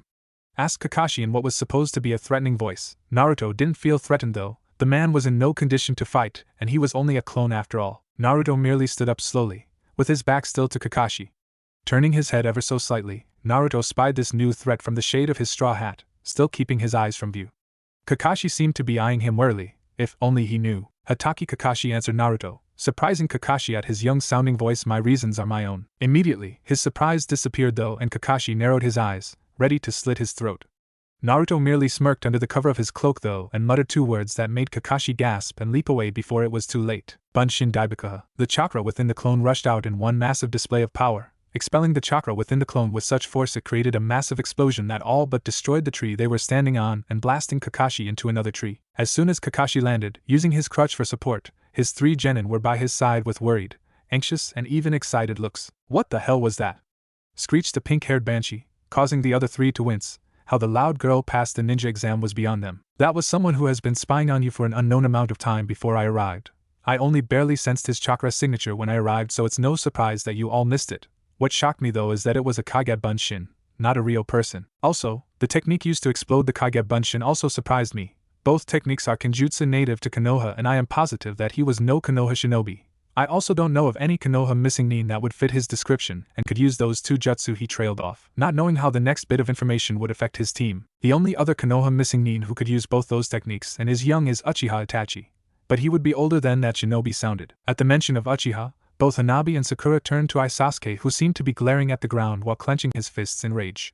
Without another word, the brooding Uchiha went back to his tree to continue his training while the other two girls followed. After the commotion, none of the four noticed the barely audible pops signifying the disappearing of another Kage bunch in a few hundred yards away. Elsewhere in the same forest, Uzumaki Naruto's eyes glazed as he assimilated the information from his last two clones. HN was his non-committal reply as he went back to meditating as his clones gathered information. Several days later found Naruto leaning against a tree trunk, his straw hat pulled over his eyes and his cloak unbuttoned down to his mid-torso, revealing his chest and lower half of his face. The importance of the lower half of his face being visible was that if one were to look closely, they would see a stick of what seemed to be Pocky sticking out of the corner of his mouth as he sucked on it, and read a scroll he had unrolled. Naruto had found out a lot of information in the past few days about Gato and his organization. In his attempts to find his hideout and destroy his organization, his clones had discovered some vital information. Every night at midnight, an appointed leader of shipping trade would visit the docks to supervise some of the shipment imports and exports before having a word with many of the employees and leaving to an undisclosed location. The reason why the location was undisclosed was that he entered a building on the edge of town that led to a large underground tunnel leading to a totally different island he assumed, which was where Gato based his empire. The only thing stopping him from sneaking in and assassinating the evil businessman was lack of information. The one thing Sasori had hammered into his head over and over was that even if you are confident in your abilities, rushing into a situation uninformed was a quick way to ensure your death. For even a civilian could kill a seasoned ninja with some poison and clever tactics. It also seemed that the village was on the brink of starvation as prices for meager meals shot up to astronomical amounts and actual food imports for anyone aside people who worked for Gato were few and far between. This increased the theft rate amongst the villagers by a large amount and thus, the violence in their desperation. He was just thanking Kami that he had learned to hunt and fish, else he would be suffering from these effects too, not to mention he had an almost infinite supply of different flavors of Pocky sealed away in a special scroll under his cloak. Naruto gave a wistful sigh as he remembered the day he had gotten hooked on the lovely sweet. He was complaining to Sasori about the lack of ramen when he was first taken on as an apprentice, which drove his sensei mad. In a last-ditched effort to stop his whining, he had purchased a box of Pocky from the closest village, claiming that there was no ramen there, and that it was popular with the kids. As soon as he tried the sweet, he was hooked with the wonderful chocolate flavors mixing with the breadstick it was coated on, not to mention the fact that there were literally dozens of different flavors, one for every day of the month. He was interrupted from his thoughts when he heard the crunching of grass a few hundred feet away from his position and the scent of, strangely enough, water, lilacs and blood coming his way. Silently, Naruto leapt into the tree and hid behind one of the branches as the person kept heading in his direction, making sure to cover up where he had been sitting not too long ago, as it was obvious someone had been if the dent in the grass was any indication. Being a missing knee made one paranoid to a fault. As soon as Naruto caught a glimpse of the person who arrived wearing a pink kimono and having long brown hair, he had to stifle a gasp of amazement. The person was beautiful beyond compare, the most beautiful creature he had ever seen, and taking a whiff of their scent, he almost face-vaulted when he realized one key factor: this beautiful person was a damn boy.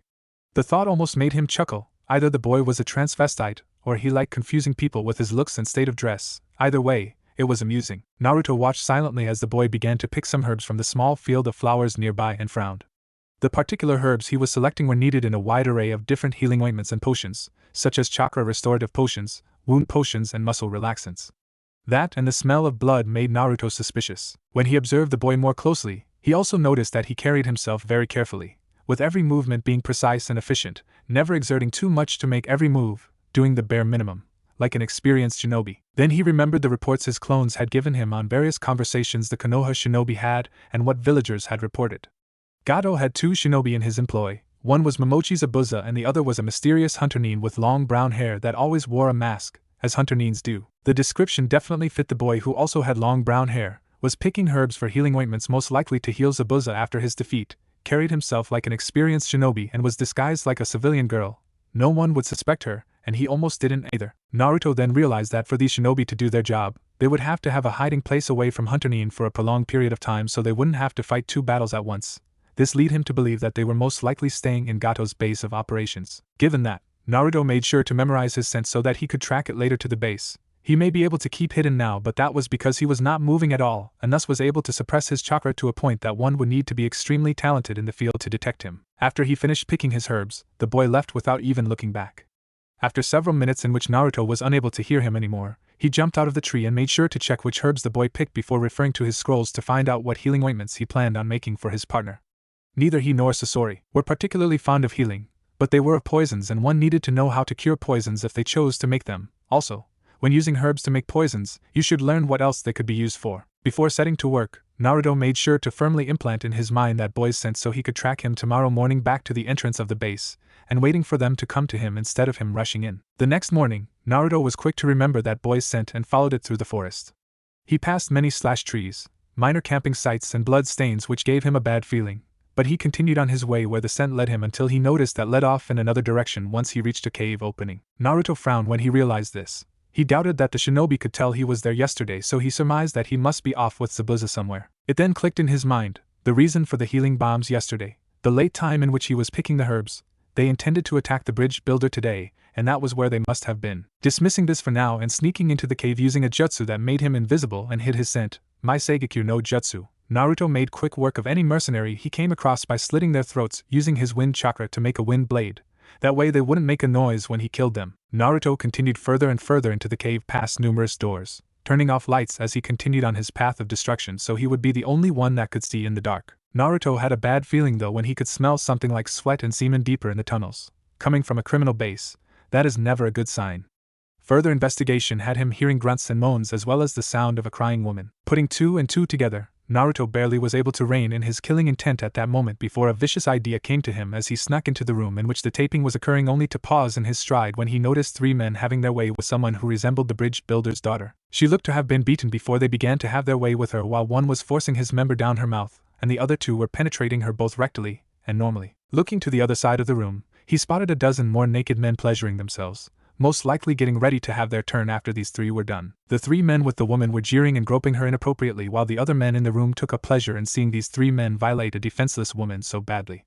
Also, by the sheen of sweat and the amount of liquids beneath the orgy, this had been going on for quite some time. Deciding to give these men the worst pain possible, he decided to use a genjutsu he had created for men such as this filth. He began, immediately getting the attention of everyone in the room as he dropped his stealth jutsu, allowing everyone to see a shinobi with the upper part of his face being covered in a shadow created by a straw hat, and his body covered by a long dark gray cloak with a high open collar, allowing them to see the lower part of his face, which revealed a chiseled jaw line that was set in a neutral and emotionless line. Realizing that he had every bandit looking at him, including the woman who seemed to be relieved, or as relieved as someone could look while still being penetrated in three orifices, he used the chakra string to discreetly move her head away so that she wouldn't be caught in his genjutsu by looking into his eyes. Naruto then lifted the rim of his hat, allowing the shadow that was covering his eyes to be lifted so that every bandit in the room had a clear view of his crimson-slitted eyes that were glowing eerily in the dark as Naruto pushed chakra through them. The second you decided to defile this poor woman in such a way, you signed your death warrants, he finished in an emotionless voice, sending a shiver down all of the men's spines at hearing it. Being as stupid as they were though and completely unversed in the shinobi ways, they looked directly into his eyes, as if hypnotized to do so. That was their first and last mistake. Through his eyes, Naruto cast his genjutsu that connected with anyone who was making eye contact with him. Immediately, to the bandits, it seemed that the cloaked figure vanished into the shadows before a 50-story reddish-orange furred kitsune took its place with 9 humongous swishing tails behind it. The room they were currently in, as well as their other comrades and source of pleasure, having disappeared from their sight, leaving each man with only themselves and the frightening sight of a humongous, smirking, and delighted Kyubi no Kitsune. Tsunami, the daughter of the bridge builder who was resigned to her fate not long ago with being beaten, raped before most likely used in some other way by the evil Gato, was treated to the sight of every man in the room dropping to the floor and screaming so loud and with so much pain that some of them destroyed their voice boxes and couldn't scream anymore. Some were trying to claw at their own faces while others had their bodies spasm as whatever her savior did was running its source. The mysterious force that was forcing her to look away from her savior's eyes vanished, allowing her to look upon her savior that had his straw hat hanging loosely in his left hand, revealing his face that was set in stone, watching the men scream their throats hoarse from whatever he had done to them. His crimson eyes that would most likely send some screaming at the sight of them were oddly comforting and suiting to his features when not focused on her. Also, his long blonde hair seemed to be tied in a short ponytail, while his bangs were being kept away from his face by a forehead protector similar to the ones her father had hired to protect him, except it had a slash going through it. If she was honest with herself, the boy who couldn't be older than 15 was indeed handsome in an animalistic sort of way. Once Naruto was sure they had suffered the most possible amount from his demonic genjutsu, he pulled them all together in the middle of the room using chakra strings, also removing the 3 from the scared and beaten-up woman, and tied them together in the middle of the room. He then took out a single kunai from within his cloak that seemed to drop into his hand from somewhere within, and slashed each of the men once with said kunai. Naruto, seeing Tsunami's confusion at his actions, decided to elaborate for the distraught woman, thinking that knowing her tormentors will be suffering even more would ease her some. I have injected them all with an acidic type of venom with my kunai that will travel all through their veins and burn through them, causing massive internal hemorrhaging. Should that not kill them, the acidic venom will spread to other organs within their body and make them melt similar to their veins. Simply, it will be a most excruciating death for all of them. Are you okay? Startled by the viciousness of the death this boy was handing out to her tormentors. Not that she minded any, and how easily he could change the topic and talk about it. All she could do was slowly shake her head before breaking down into tears again as the memory of what happened earlier washed over her again. Naruto sighed and approached her slowly, making sure not to touch her, as he didn't know if that would make matters worse. What's your name? He asked gently. Tsunami stopped sobbing for a moment, still naked as the day she was born, with numerous bruises, cuts, lashes and open wounds spread all over her body. Tsunami, she answered quietly. Tsunami-san, he replied gently, I am going to do my best to heal your wounds for now. It will require me to heal you in some places that may make you feel uncomfortable. Is that okay? Only using a few seconds to ponder, she nodded her head in the positive slowly as Naruto lay her down on her back and placed a hand a few inches above her skin. The only medical jutsu he knew was the Shosen no Jutsu. Activating the jutsu over her body, she watched with awe as a green light shone from his hands and went into her body. As the technique he was using was traveling all over her body, traversing over cuts, bruises and broken bones, she marveled at how they seemed to heal before her eyes. Some of the more serious breaks, she noticed, didn't heal, but all the bruises and cuts closed or disappeared, while small breaks to her fingers and wrists were healed. When the ninja began to heal the bruising in her nether regions, she did feel slightly uncomfortable as she started to get a warm and tingly sensation down there. Not that it wasn't a pleasant feeling, but it was unwelcome nonetheless. She allowed it to happen though, as she felt the bruises disappearing down there also. After Naruto was done with healing her, he removed his coat to reveal his tight and toned body that was covered with a brown muscle shirt with a long-sleeved black mesh ninja shirt underneath that had the left sleeve shortened, allowing for an elaborate tattoo with the kanji for 1, 2 and 3 to show. His loose black ninja pants were covered in blood where the cloak was not protecting them from it. Most likely as he made his way into this room, as she noticed the cloak she was wrapped around and was covered in blood. The only other distinguishing feature she noticed of the boy was that he had a silver hoop earring in each ear and 3 whisker marks on each cheek just above his defined jawline. She marveled at how young this boy must be, no older than the shinobi that came to assist her father, no doubt. Tsunami-san, I suggest you remain close behind me, for my purpose for coming to this location has not yet been fulfilled, he explained, in a voice that still showed gentleness, and that he didn't mean harm, yet it didn't hold much emotion either. Tsunami only nodded as she got up and followed Naruto out the door, wincing in pain as she felt her broken ribs causing her pain whenever she tried to breathe, and also at the sound of more desperate screams coming from her tormentors as the poison spread. Naruto continued to delve deeper and deeper into the hideout, passing numerous groups of guards that he disposed of easily enough by using a genjutsu to put them to sleep as he passed them. He didn't kill them mainly because he didn't want to waste any effort in doing so, and besides, every 30 feet, he stuck a powerful explosive seal on the wall closest to him, to be activated once he left the base. Each seal was connected with a fine chakra string, and when he followed the seals back out, he would only have to send a pulse down the singe-long string that would cause a domino effect with each explosive note it was connected to. That would also, coincidentally, deal with the bandits he left to sleep. Eventually, Tsunami and Naruto found an office that had a large safe hidden behind a portrait of who he recognized as Gato himself.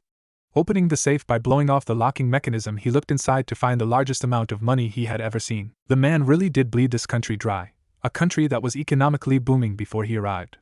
There had to be at least 100 billion yen in here, 75 of which he intended to return back to the country along with the deeds to the docks Gato illegally owned, while he kept that last 25 billion yen for himself. Tsunami's eyes widened in shock at the money she saw in the vault, and wondered what her savior was going to do with the money that obviously came from her people's hard labor. Naruto, sensing her confusion, answered for her. Tsunami-san, 75% of this money will be returned to the feudal lord of Wave Country based on some stipulations along with the deeds. Do not worry, of course, I will take the last 20% as payment. I did do all of the work after all. Tsunami was going to cry again, but this time because of happiness. Sure, he was taking an almost ridiculous amount for himself, but the amount he would be giving back coupled with the bridge her father was building would make Wave a wonderful place to live again. Unable to contain her emotions of gratitude and happiness anymore, she rushed Naruto, ignoring the pain in her bones, and grabbed him in a hug while sobbing uncontrollably, muttering words of thanks over and over. Naruto just awkwardly pet her on the head, not knowing what else to do, as he planted another explosive note before they left the underground passage and into the sunlight again. Naruto then made a hand seal and sent chakra through his massive chakra string that set off all of his explosive notes within the building. Tsunami had to cover her ears and at the same time cling on to Naruto as she felt the earth rumble from such a massive explosion occurring underground. Tsunami-san, the feudal lord of Wave, who is it? He asked, only then realizing he didn't have a clue who they were. Tsunami frowned in thought before answering truthfully, I'm not sure. As Gato took more control over this country, the original feudal lord fled the country as they had lost their control. Naruto nodded and handed her the larger briefcase of money as well as the deeds to all of the properties, making her eyes widen in shock. Without another warning, Naruto grabbed her and used Shunshin to disappear in a swirl of wind and appear outside her house only to see a boy lying on the ground sobbing. "Kazan?" he asked, through tears, trying to recognize his mother in the foreign piece of clothing after she was taken not a few hours ago. Tsunami tried her hardest to hold back her tears, but seeing her son alive and unharmed after she was sure she was going to die was too much, and she collapsed on the ground and collected him in a hug. Naruto then cleared his throat to get their attention, which he did. "That money I gave you, along with the deeds, is to go to your father, who can take the position as mayor or feudal lord or whatever he wants when Gato is gone," he began. "You most likely will not see me for a while, so when you see your father again, tell him all I want is the right to receive missions from Wave in the future exclusively should I request them. Farewell," he finished, disappearing in a swirl of wind, leaving the two individuals gaping. "Kazan, who was that?" Inari asked, still clinging to his mother as if had he let go, she would disappear. "That, Inari, is the boy who will rescue us from Gato and who saved your Kazan today," he finished, breaking into a fresh wave of tears when she remembered what humiliation she was forced to live through not long ago, though a small smile graced her features when she remembered how they met their end. It was brutal, but they deserved no less. Naruto arrived at the still incomplete bridge that had the signs of a battle. There was a dome of ice mirrors surrounding the Uchiha and Hyuga, whom both looked like pin cushions with saban needles seemingly made of ice sticking out of them. From the ice mirrors, Naruto could make out blurs of movement as someone was zinging back and forth between them as they attacked, most likely the boy from yesterday. He had heard of a bloodline that allowed for extreme manipulation of water, to the degree that they could freeze it to make ice or heat it up to make mist. He must be from that bloodline. Further away was Kakashi fighting Momochi Zabuza, and Zabuza seemed to be held down by a bunch of dogs summoned sticking out of the ground while Kakashi readied his jutsu from afar, ready to strike. Seeing Kakashi charge a powerful jutsu with electricity coming out of his hand, Naruto realized he was going for the kill. It seemed that the boy in the mirrors stopped attacking as well, as if sensing his comrade was in trouble. Before Naruto could do anything, an ice mirror appeared in front of Zabuza as the boy stepped out and intercepted the attack by taking it through the lung, stopping it from killing Zabuza.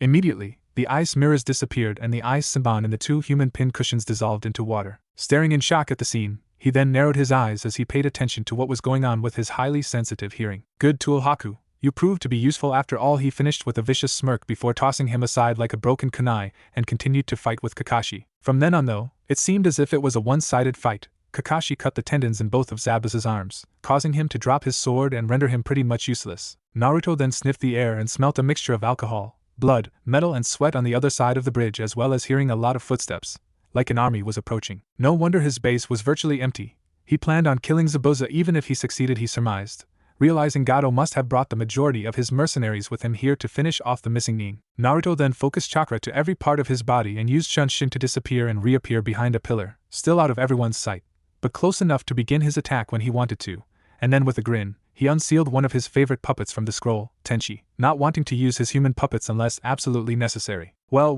what do we have here, Zabuza? And you call yourself a demon?" Gato announced imperiously with his army of thugs behind him. "What are you doing here, Gato?" "I have this handled," Zabuza shouted back. "Handled? Ha, that Konoha shinobi is about to kill you," Gato explained with a smirk while kicking the body of Haku, who still seemed to be breathing, if not very labored. "I never even intended to pay you or your boy toy from the start, Zabu-chan, so it really doesn't matter," he taunted, infuriating Zabuza. You bastard!" yelled Zabuza, before ripping out one of the kunai Kakashi had thrown at him that was still stuck in his arm with his mouth and charged at Gato with incredible speed, yet it was all for naught. "Kill him," ordered Gato to his thugs.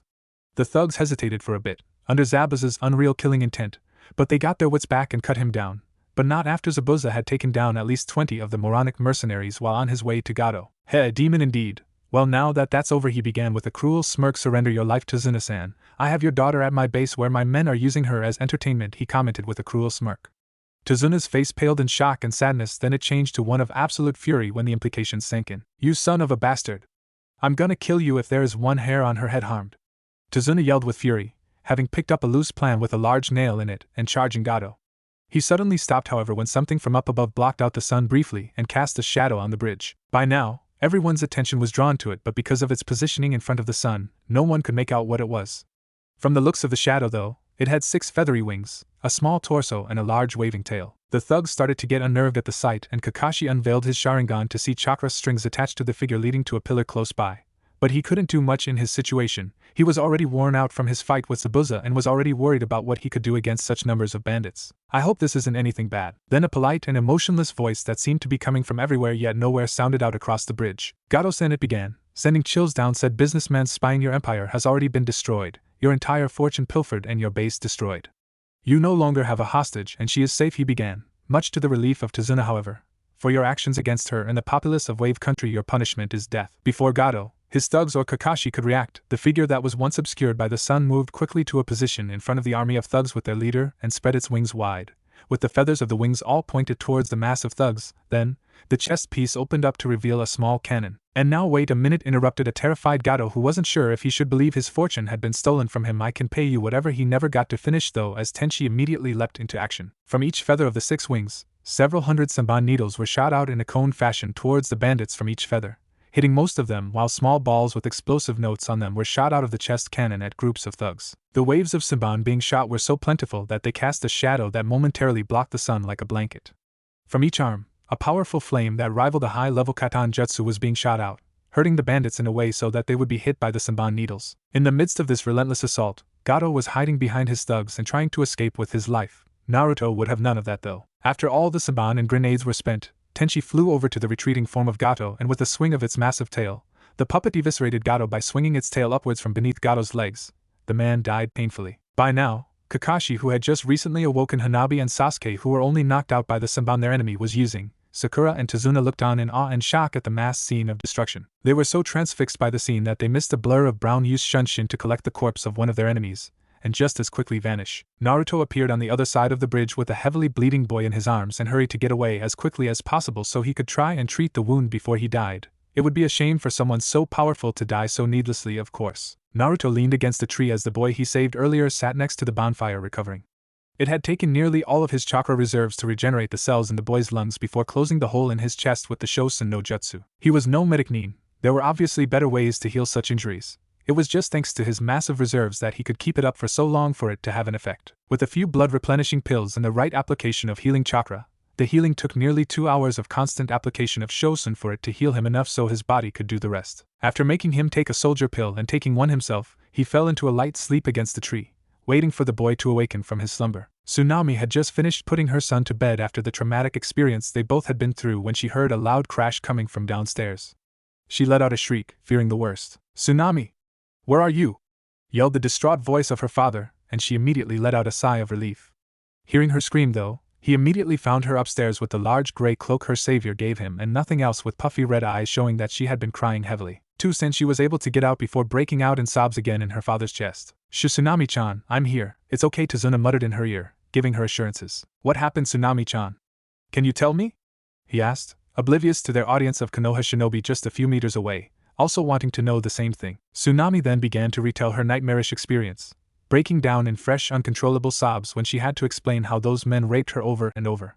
Tazuna, too, was now crying with fury and sadness for his daughter's pain while they all sat downstairs at the dinner table as she retold her story. But she began, through sobs as they were doing it. She said the last part in a whisper, as if trying to forget it. Someone stopped them. He wore this cloak and a straw hat. He just looked at them with glowing red slitted eyes. He didn't sound angry, but what he did to them. Kakashi was now interested. He of course recognized the cloak, and with Tsunami telling them he was wearing a straw hat, he deduced that it must have been the boy they had seen earlier in the week snooping around. "What did he do, Tsunami-san? And is there anything you can tell us about him?" "Anything at all will help us," Kakashi interrupted politely, and he was slightly surprised when she glared at him. "You would try and capture him because he doesn't work for your village? That man is a hero!" she yelled angrily, and Kakashi lifted his arms up in self-defense. "We merely want information, so if this man ever posed a threat to us we would know some things about him. We have a book for people like him who belong to no village so our shinobi can recognize them and flee if need be." He of course left out the detail about Hunter Nins killing them and taking the bounty, but she didn't need to know that. "Oh, I guess that's all right then." Well, after interrupting them, she said, viscously. When referring to her rapists, he lifted the brim of his hat a bit. "But then my head turned away somehow. I think he did it because whoever looked into his eyes started to scream really loudly and began clawing at their own faces. It looked like they were under some kind of illusion because he didn't do anything to them," she explained, and all shinobi in the room frowned and thought the same thing. Genjutsu. "Eventually, the force making my head looked away vanished, and I saw his eyes. They were red." She didn't get to continue because Sasuke leapt up from the table with a crazed look in his eyes. "Red? What do you mean red? What exactly did they look like? Did he look like me? Did he have 3 black tomo in each eye with red surrounding it? Tell me!" he shouted, and Kakashi restrained him. "I'm sorry, Tsunami-san," he apologized to the shocked Tsunami and the furious Tazuna. "What you just told us is an eerily familiar description of a criminal from our village." Sasuke-kun's brother Sakura looked at her sensei with confusion at hearing this. But Hanabi already knew of the Uchiha massacre that occurred all those years ago, where Uchiha Itachi, Sasuke's brother, killed every single Uchiha before leaving his brother alive and fleeing the village. "Oh, I don't see why he got so worked up. He looked nothing like you when he removed his hat," she said with a frown. which did not placate Sasuke though. You said he had red eyes, did they look like this a little? He asked, activating his Sharingan, which made his onyx eyes turn red with 2 Tomos seals around one pupil and one around the other. No, sorry Uchiha-san, but his eyes were red, but they were red with a black slitted pupil, she explained. Kakashi closed his eyes as a chill crept up his spine. Oh, he remembered eyes like that. 14 years ago on that fateful night when the Kyuubi no Kitsune rampaged through their village. His eyes opened wide with shock then and looked at Tsunami again. Tsunami-san, can you tell us anything else about his physical appearance? He asked pleadingly. Tsunami nodded and scrunched her face up in thought before answering. Well, he had tan skin, long golden blonde hair and a short ponytail, 3 thin tattoo-like whisker marks on each cheek. His hair was kept out of his face with a headband like yours, she said, pointing to Kakashi's forehead protector, but it had a slash going through it. He also had a strange tattoo on his left forearm. It was kanji for 1, 2 and 3. There were other symbols on it, but I couldn't recognize them. When she was done explaining, the genin were all looking at their sensei with confusion as he showed the most emotion he had ever before. His single visible eye was wide in shock, and he had already unconsciously relinquished his hold on Sasuke. Not that it mattered though, because now that he was sure that it wasn't Itachi, he had calmed down. Uzumaki Naruto was all Kakashi said, confusing everyone in the room. Naruto awoke suddenly from his light slumber when he heard coughing nearby. Opening his eyes instantly, he saw that the boy was waking up. Naruto just sat back against a tree, not appearing to be threatening at all as he gained his bearings. You're awake, Naruto stated, no question in the statement at all. The boy's head snapped in his direction and looked at him with confusion. Naruto had replaced his gray cloak with another one he kept sealed away in his clothing scroll. His hat was still shadowing his eyes while he looked at the boy curiously. Who are you? Where am I? How did I get here? Where is Zabuza-sama? He asked all at once, but he stopped when Naruto raised his hand to silence him and halt his questions. My name is unimportant for now, he began, answering the boy's questions. You are in a forest not far from the east coast of Fire Country, he continued. I brought you here after you took a fatal wound to the chest from Hataki-san's jutsu, he explained. As he saw the boy's eyes widen in shock, Momochi Zabuza was killed when Gato arrived on the bridge to kill him. It would seem he never intended to pay you at all, he finished, answering all his questions. Zabuza-sama is dead? The boy asked, sounding distraught. I no longer have a reason to exist, he continued, reaching for something under his baggy haori, which made Naruto put up his guard. When the boy pulled out a Saban needle and turned it on himself, as if to kill himself, Naruto didn't waste a second. He used Shunshin to appear beside him immediately and grab his arm. What are you going? The boy snarled at Naruto, but the question died in his throat when he saw a pair of glowing red eyes in the shadows of the straw hat the stranger was wearing. I most certainly did not waste my chakra to heal you. If you are going to kill yourself, he began in a calm voice. Naruto then let go of his arm and sat back down, not before removing all weapons from his person. What is your name? Naruto asked, trying to make conversation as he reached into his pouch, making the boy tense. The boy nearly face vaulted though when Naruto pulled out 2 sticks of vanilla Pocky and handed one to him. Thanks? Replied the boy, as Naruto nodded, as if he had done the greatest service in the world by handing him one of his own sticks of Pocky to the feminine boy. My name is Haku, explained the boy, who took a bite of the stick, not really liking it, but seeing how his company seemed to enjoy it so much, he thought better than to insult the sweet. Uzumaki Naruto, answered the boy before taking another bite of his sweet and continuing. How did you escape, Haku? Naruto asked, confusing Haku. The bloodline purges of Kiri, how did you escape? Naruto asked, never losing the calm tone of voice, as if he had limitless patience. Began Haku, not sure if he should tell a complete stranger about his past, but seeing as his purpose for existing was gone, he saw no point for secrecy anymore. Well, I lived in a snowy village in the land of water until my father realized my mother, and I had a bloodline limit that allows us to have master control over water and manipulate it with our chakra to make ice. When he realized my mother, and I had it, he rallied a mob from the village to come and murder her. After murdering her, he explained, a silent tear sliding down his face, they turned on me, but I panicked and my bloodline limit protected me by creating several hundred ice needles and killing them first, he explained, as Naruto listened while chewing on this 8th Pocky stick silently, only the crunches from each chew audible. After that I wandered around the land of water as a beggar until Zabuza-sama found me, he explained with a smile. He accepted me and gave me a purpose as his tool. He trained me and I became a hunter nin for Kirigakure before we escaped after a failed coup d'etat, he explained. Naruto nodded before answering. You're an idiot, he said simply, shocking and angering Haku slightly. Only you can give yourself a purpose in life. To rely on someone to give you a purpose is a waste of life, he continued, oblivious to Haku's anger. I grew up in Kanahigakure no Sato where I was hated, beaten and abused because of something I had no control over. We are similar like that, he explained, which made Haku's anger disappear suddenly as he listened. I was hated because 14 years ago, when the Kyuubi no Kitsune attacked Konoha, it was sealed into my body by the 4th Hokage, who had no other choice if he wanted to defeat it. The jutsu he used claimed his life, which only seemed to further the hate the villagers had for me, adding to that of a scapegoat to release their frustrations over that night. For he continued, oblivious to Haku's eyes widening. People like me are called Jinchuriki, power of human sacrifice, How appropriate. Haku was now listening intently as Naruto talked. Naruto then proceeded to tell him about how Sasori saved him and trained him to be a shinobi. About how there was an organization of S-class criminals after him, and how he intended to avenge his sensei. To live life as a tool is not living, he began. I saw how you seem to have knowledge of healing and medical jutsu from what I saw in the forest where you were picking medicinal herbs, Naruto explained, shocking Haku at how he wasn't able to detect the boy spying on him. I have acquired some scrolls on medical ninjutsu from various villages, and I could use someone who is versed in medical ninjutsu traveling with me. I could let you learn off those scrolls if you like, along with various ninjutsu you may not know, he explained. Besides, there is strength in numbers, he finished, with a small smile. Haku sat shocked for a moment before smiling and bowing before Naruto. I thank you for saving my life, and I will work my hardest to be useful to you, he began, but stopped when Naruto lifted him up by the front of his shirt and slammed him against a tree, glaring at him with glowing crimson eyes. Haku winced in pain as his wounds had not totally healed yet. Naruto looked into his eyes before speaking. To be yourself in a world that is constantly trying to make you something else is the greatest accomplishment, he began, making Haku's eyes go wide in shock. My sensei taught me that. Naruto then dropped Haku, releasing him so he could lean against the tree as he turned his back to Haku. Tools are weak. They are useless unless wielded. I have no use for a tool. I do have use for a companion. That is something you can be, and I am more than willing to have, he said quietly, yet perfectly loud enough for Haku to hear. Turning his head slightly and grinning at Haku, who smiled a true smile and nodded before taking a kunai Naruto handed him and slashing his Kiri forehead protector. Who the hell is Uzumaki Naruto? Asked Sasuke, wanting to know what his sensei was on about. He used to be a civilian of Konoha, Kakashi began, clearing his head. He was supposed to have been killed almost a decade ago on the night of the Kyuubi festival, Kakashi said, lost in his own thoughts. O2-san, Tsunami called to Tazuna, with a happy look on her face, completely baffling Tazuna. For what possible reason would she be happy? This Uzumaki Naruto told me to give you this, she said, going into another room to bring out 10 large briefcases seemingly filled with cash and some sort of portfolio. Tazuna grabbed the portfolio with a frown and after reading it for several minutes gasped in shock. What is it, Tazuna-san?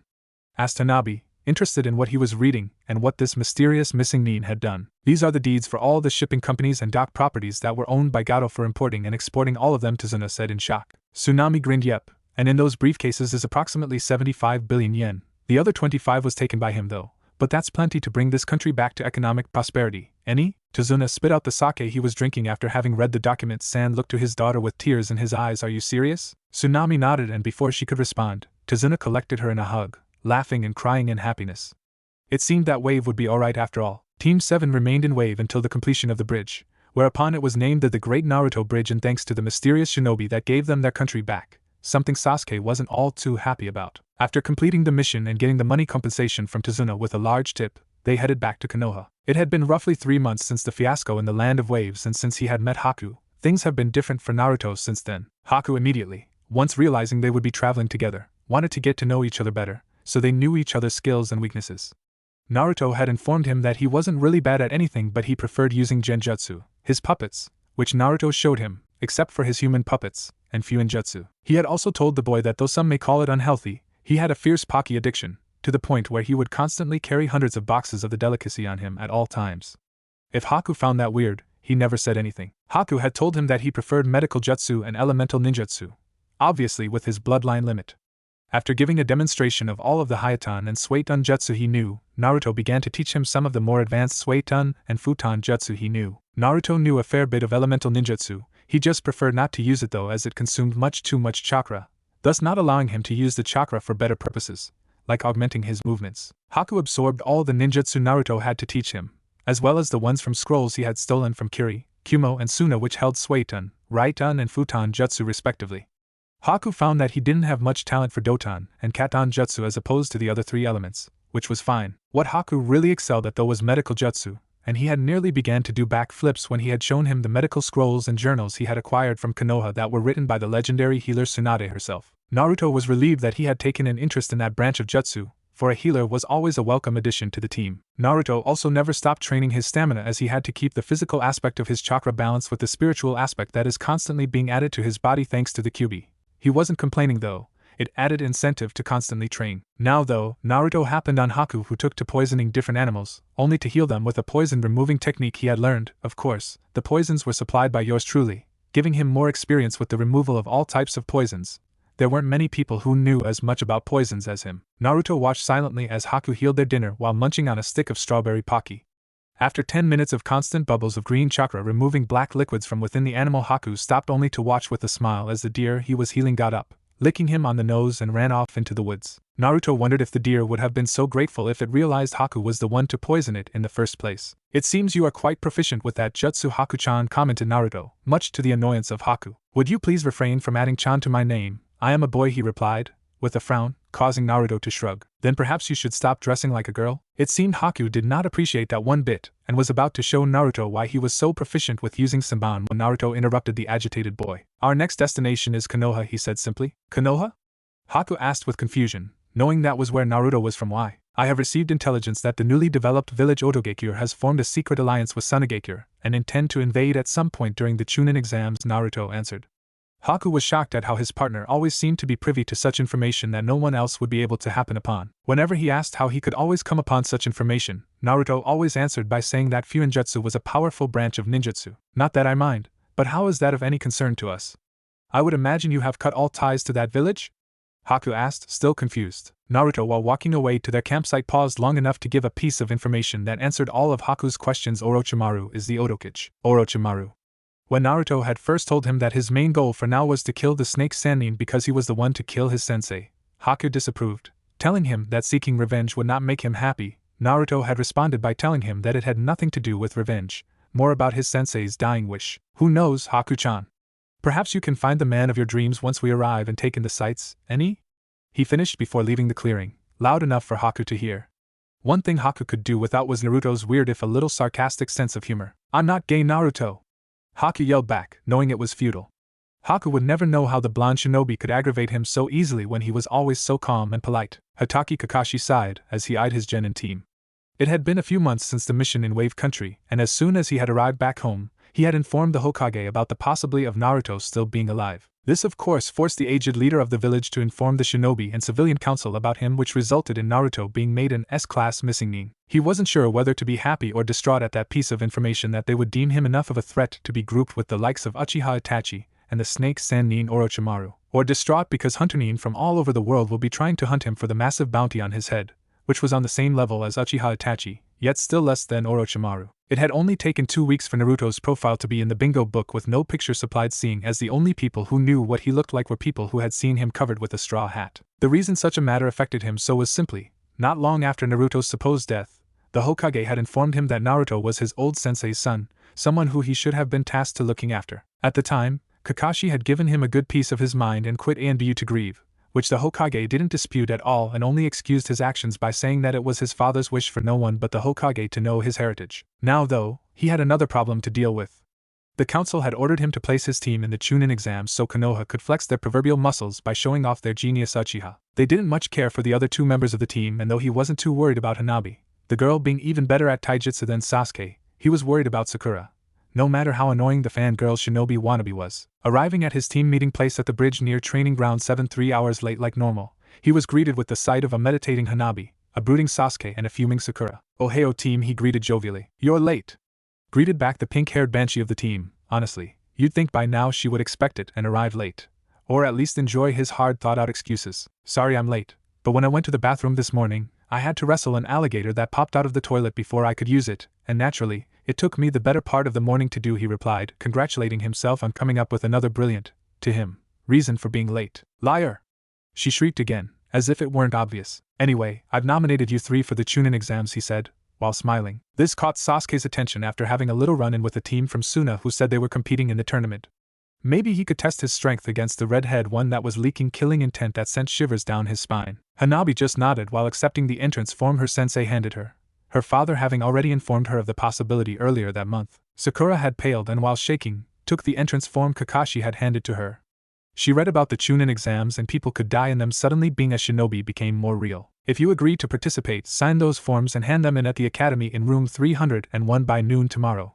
Ja-ni." With a wave, Kakashi disappeared in a puff of smoke, leaving his team to decide whether they want to participate in the Chunin exams. "Are you sure Orochimaru is here?" What makes you so sure? You seem to know a lot about his plans." "His plans are obvious. His goal is to learn every jutsu ever known, and he will attempt to do so by obtaining the Sharingan and gaining immortality." There was a pause. "From what I've read in your scrolls, he is not an Uchiha. How will he get the Sharingan, and on that issue, how could he become immortal?" "He does not possess the Sharingan himself, but he has created a Kenjutsu that will allow him to use his soul to occupy another body. If he does this with an Uchiha, he will have access to the Sharingan. He truly is like a snake, shedding his skin whenever it gets old. With a technique like that, you could technically be immortal. The soul never dies. There was another pause. So, he's after the Uchiha I fought in Wave Country not a few months ago. Hey, aren't you going to stop him? Orochimaru will place the curse seal on the boy. He will not physically take him. I've read about your notes on the curse seal too. How does this relate though, and how do you know so much about it? Looking into the large forest they were standing in for a few moments, he spoke. The curse seal, once applied, forcibly draws all of the chakra and stamina from one's body to allow the user to use much more of their chakra than they usually would be able to, similar to the effects of releasing the 8 celestial gates, thought not as violent. Should the seal be left as is, without being controlled, it will eat away at the target's personality into madness, so, there was a second level created, one that allows the user to control the power. I don't understand. How does this relate to why Uchiha-san will not need to be physically taken? Uchihas are prideful mammals, except for the one traitor. Ironically enough, he will want to control this new power regardless of the cost. There is only one man who can help him control it. He will go to Orochimaru of his own free will so he can use that power, even though there is a way to suppress it. So that's why you aren't stopping it. He's doing it of his own free will. If he wants to be an idiot, let him be an idiot, I don't care. He is not important, finished Naruto as he heard a scream going through the forest of death, signifying that the snake Sannin had most likely applied his seal on the last loyal Uchiha. Haku, keep an eye out for anyone that might be working with Orochimaru in the forest and destroy any cameras you come across. We must not be seen now that my old village has deemed it prudent to mark me as an S-class criminal for having the audacity to survive a brutal attack by their hands. With a nod signifying he understood, Naruto disappeared using Shunshin, only leaving behind a twirling wind in his wake. Haku likewise melted into the branch he was standing on, leaving only a puddle of water where he once stood and a broken camera. Mitarashi Enko was running through the forest of death at top speed where she felt her former sensei's vile chakra.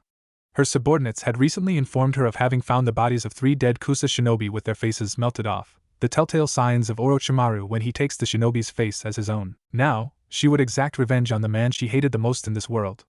Even if it killed her. She knew she was going to die if she engaged him like this.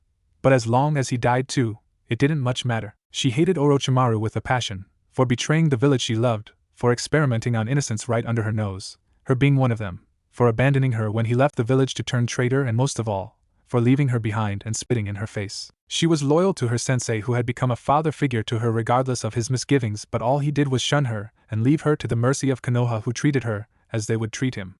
A traitor. She hated him for that and would make him pay. If the villagers thought she was guilty of any crime, surely they would change their minds if she used her life to end the one of the true traitor. Orochimaru was speeding through the forest of death with a cruel smirk plastered on his pale features.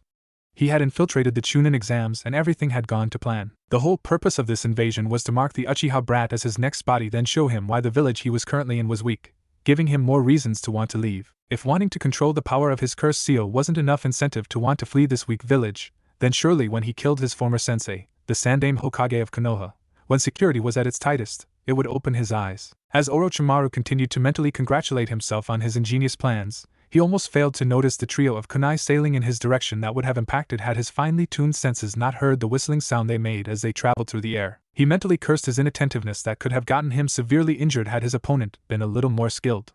He then gracefully landed in the clearing below the branches he was using as a means to travel to meet with his attacker, which only served to amuse him. "Ah, Anko-chan, what a pleasure to see you of all people here. Still a failure like you used to be?" he asked, amusement shining through his eyes, though the cruel smirk that many thought was simply the way his lips were shaped was still present on his face. Orochimaru Enko snarled, feeling her anger rising by titanic proportions for every second she was forced to even look at his annoyingly cruel smirk and taunting tone. "Today you die." Orochimaru, clearly amused at his former pupil allowing her anger and fury at him get the better of her, easily dodged her ballistic kunai stripes. Sanaijishu Enko hissed, performing several hand seals and from close range, releasing 6 snakes from the sleeves of her tan trench coat, 3 from each sleeve, and ensnaring her former sensei, who didn't look surprised in the least, opting to continue to smirk at her and not even try to break out. Feeling her anger reaching its peak, she performed some more hand seals, finishing on the Tora seal katan, Ryoka no Jutsu, she announced, before inhaling deeply and blowing out a large breath of fire that ignited the snakes holding her sensei in place, completely incinerating the snake Sannin that was being kept captive under the snake binds. Enko's victory, however, was short-lived when she heard clapping coming from behind her. Spinning around quicker than most would be able to track, Enko spotted Orochimaru leaning against the trunk of a tree while watching her, amusement in his eyes. "You really are a failure, aren't you?" he asked, making Enko see red.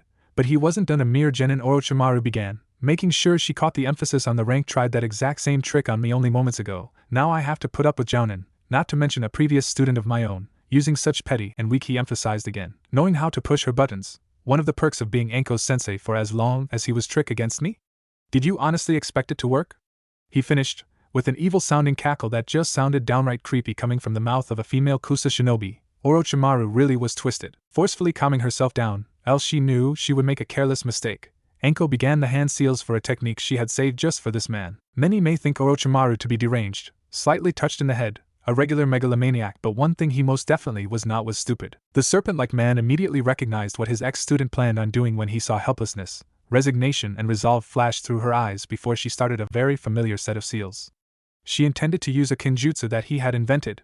Was the girl stupid? There was no way he would allow for her to finish using the technique that would summon 2 snakes from her wrists to bite them both, injecting a deadly poison into both of their bodies. He was not going to let this girl kill him. Anko paused in her sealing when she saw her ex-sensei stop smirking and instead frowning at her. That was all the time Orochimaru needed, though. As quicker than she had expected, the man appeared in front of her and planted a fist in her gut. Hard. Orochimaru watched on in amusement as Anko collapsed to the ground, holding her wounded stomach, coughing and wheezing as all the air in her body was forcefully expelled with one strike. In that split second she had dropped her guard to use the suicide jutsu on him. Kukukuku, you amuse me greatly, Anko-chan, he began, the cruel smirk back on his face. Did you honestly believe I would allow you to use such a technique on me to begin with? One that I created and taught you? Do you underestimate me so? Orochimaru asked, enjoying the shame and fury she felt that was clearly visible by her features. However, I think that your usefulness has finally reached its peak and I should finish what I started all those years ago, said the snake Sannin while raising his right hand in a half seal, activating the cursed seal that he himself had placed on Anko before they parted ways. Anko let out a loud scream of agony as Orochimaru attempted to kill her using the cursed seal. This was it. There was no way she could stop him now. She had known from the start that he could activate it like this and end her, but she honestly hoped he would underestimate her long enough for her to do the suicide technique he had taught her. Everything worked to plan save for the fact that he was able to intercept his technique. Now, though, it was too late, and she could barely think coherently enough to admonish herself for her foolishness. Had Orochimaru not been having so much fun seeing his ex-student being tortured the way she was, he probably would have sensed the incoming presence. However, as it were, he was and he did not. The pain suddenly stopped for Anko, and she wondered if she had already died.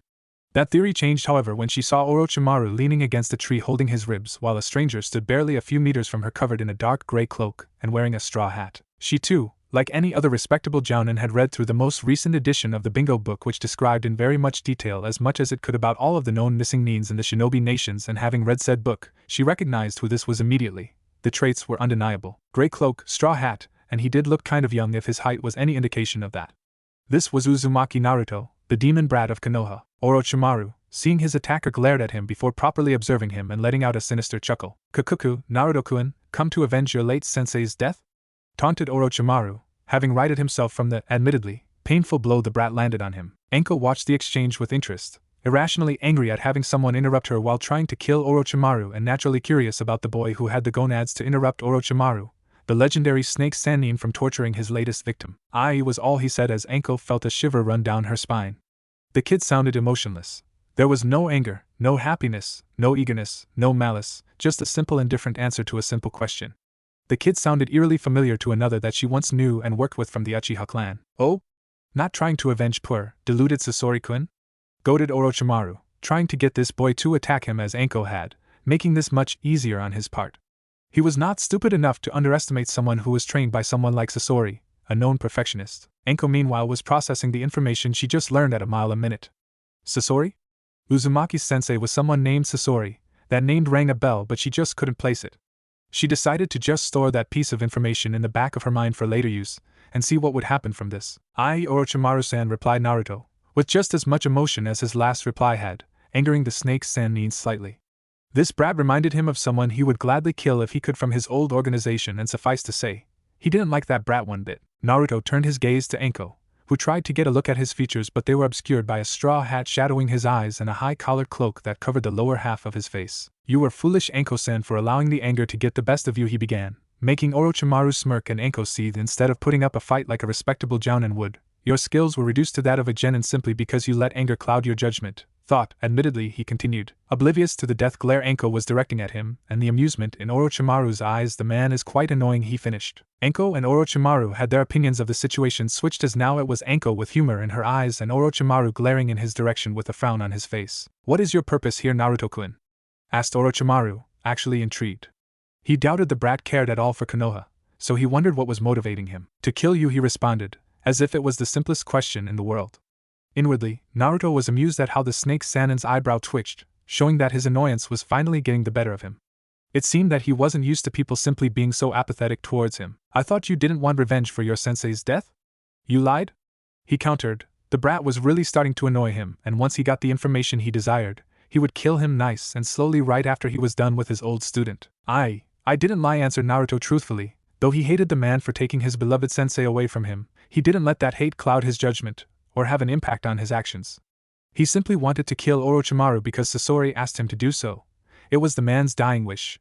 Who was he to deny it? Of course, saying he wouldn't enjoy fulfilling said wish would be another lie. But who cares? Not many people would need a particular reason to want to kill you, Orochimaru-san. You are not very likable, he said, earning a snicker from Enko which she covered when Orochimaru glared at her. Wanting to goad the snake Sannin further, Naruto proceeded to do something that would always aggravate Haku when the two of them sparred. Retracting his hand from his right sleeve, which did not go unnoticed by the other two shinobi present, Naruto reached up his cloak from within and began to unbutton his cloak from the top down to his chest, revealing the bottom half of his face, which Orochimaru and Enko noted was quite neutral, showing none of the emotions both observers were hoping to see. Naruto then replaced his arm in his right sleeve and flicked back the lower left half of his cloak, making Orochimaru tense and Enko pay more attention as she continued to sit on the sidelines and observe, not being able to do much else as Orochimaru's torture made her whole body feel weak and screwed with her control. As Naruto flicked his cloak to the side, his left thigh became visible, which had a kunai holster attached to it. Orochimaru now readied himself for an attack and Enko watched intently, wanting to see what this smart-mouthed and annoyingly indifferent brat was planning to do, but neither expected what he did next. Naruto clicked open the holster and removed a stick of Pocky, banana-flavored, Enko noted, which he then proceeded to place in his mouth and munch. Everything became eerily silent after that, except the sounds of Naruto continuing to munch on the biscuit stick. 1 munch. 2 munches. 3 munches. 4 munches. Enko watched with barely veiled amusement as Orochimaru's eyebrow seemed to twitch in tandem with every munching sound that Naruto made after every chew of his Pocky. Naruto, noticing the anger in Orochimaru's eyes, no matter how much he tried to conceal it, went in for the killing blow.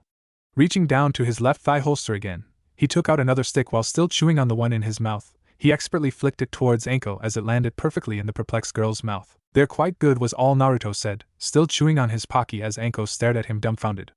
Naruto could tell Orochimaru was getting increasingly angrier, so he continued with his course of action. Seeing that Enko hadn't started to chew his most generous gift, he narrowed his eyes and looked at her. "Enko-san, it would be in your best interest if you eat that stick of Pocky. Eat it and enjoy it." "I don't give them away very often," he said, in a deadly voice, yet it was lost on Enko as he used the deadly voice for such a ridiculous request. Slightly perplexed, she took a slow bite and found herself liking the delicacy. It had nothing on Dango, but this Pocky stuff wasn't bad at all. "Enough of this!" Orochimaru screeched, apparently finally fed up with being ignored. With another burst of speed, Orochimaru launched at Naruto and aimed a punch directly at his face, hoping to crush that accursed sweet and stuff it down his throat. However, as soon as his first was to connect, Naruto's body disintegrated into thousands upon thousands of tiny insects. Orochimaru gasped in shock at the Kyuubi brat, proving that he was able to control bugs similarly to the Aburame clan of Konoha. As the bugs that were once Naruto's body flew around the clearing, making visibility of anything outside the blanket they had created quite difficult, Orochimaru leapt back, not wanting to get caught by those damn chakra-sucking bugs. Orochimaru looked around for any signs of his opponent but found none while randomly throwing kunai in the directions he assumed he heard or sensed the brat. He would defeat this annoyance though, like many other Aburame that had tried to cross his path in the past, only to be demolished under his might. Interrupting his train of thoughts, however, was a sharp pain to his lower back that sent him stumbling several feet forward. As he spun around, he saw nothing, only those accursed bugs circling him and buzzing in the most infuriatingly annoying way possible. Once again though, his thoughts were interrupted as he felt another sharp pain, similar to a punch, connect with his abdomen, but he was certain no one was there. Was this a new jutsu the Aburame had created? Calming himself, he thought to the one thing that the Aburame could not stop, and that was fire. Going through several hand seals, he announced his jutsu. "Katan, Hausenka no Jutsu," he said before bringing his hand up to his mouth and breathing out several dozen small fireballs in all directions as he turned in a clockwise direction, making sure to fire them in all directions and incinerating all of the pests. After completing a full circle though, he was shocked to see that his jutsu did have an effect, but not quite what he had expected. Every bug was on fire, but instead of dropping dead like they should, they were still circling him while their bodies were alit, creating an effect not too different from him being surrounded by a sphere of fire. Were these bugs resistant to fire? It would explain a lot, and not to mention the heat of being surrounded by fire in all directions was starting to affect him, if the sweat on his brow was any indication. Once again, his thoughts were interrupted as he felt 3 almost simultaneous pains occur at once, one in his ribs, the next in his chest, and the last right in his face, sending him flying back into the wall of fire. Orochimaru quickly performed Kawarimi to switch himself with an earth clone he had created while the brat was chewing on his candy, and watched with surprise as the inflamed insects created an opening in the wall of fire for his earth clone to sail through, so it impacted with the tree. Orochimaru frowned when he saw this, but he decided against re-engaging. His opponent showed skills he did not expect to fight against, and going into a fight without information was simply foolish. So he did the thing he did best. He escaped while his clone impersonated his body flying into a tree, swearing to kill that boy the next time they met. Mitarashi Anko was treated to the weirdest and bizarre things she had ever seen. At first, when Orochimaru made the first move and decided to punch the Uzumaki, he appeared right in front of him only to pause when his fist was inches from his face and look around with confusion. All Naruto had done in response to that was staring at his fist, which was inches from his face, before disappearing in a swirl of wind, some kind of shunshin most likely. Orochimaru had then leapt back and started to look around in all directions, as if looking for something before hurling kunai in random directions, completely off target as Naruto was calmly standing on a branch on the opposite side of the clearing, observing what was going on. Naruto then used Shunshin to appear behind Orochimaru and punch him in the spine, which confused her as she was sure Orochimaru would have sensed that. He did when she tried that on him when they sued to spar way back when. Instead, Naruto disappeared with Shunshin again as the snake Sannin whirled around to find nothing. In a surprising and ridiculous move, Orochimaru did a Hausenka, sending the small fireballs that were shot out of his mouth in all directions, barely missing her and scorching the trees surrounding them, yet causing no damage, and he hadn't come close to hitting Naruto once. It was that move and what Naruto did next that showed her what was really going on. Naruto appeared right in front of the Sannin and hit him 3 times, lastly in the face, which sent him flying into a tree. It must have been a genjutsu.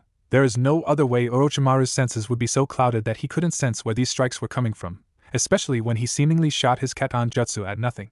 Orochimaru was never wasteful of his chakra, and firing Hausenka like that was indeed wasteful. What baffled her most though was that she had never seen Naruto cast a genjutsu, no hand seals at all.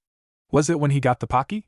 Did he use it as a distraction? Even if that were the case though, he would only be able to use one-handed seals to cast it then, and a genjutsu that would fool someone on Orochimaru's level to be done using only one-handed seals was absurd at best. Yet, she could honestly come up with no other explanation. He had put Orochimaru under a genjutsu and her old sensei was none the wiser.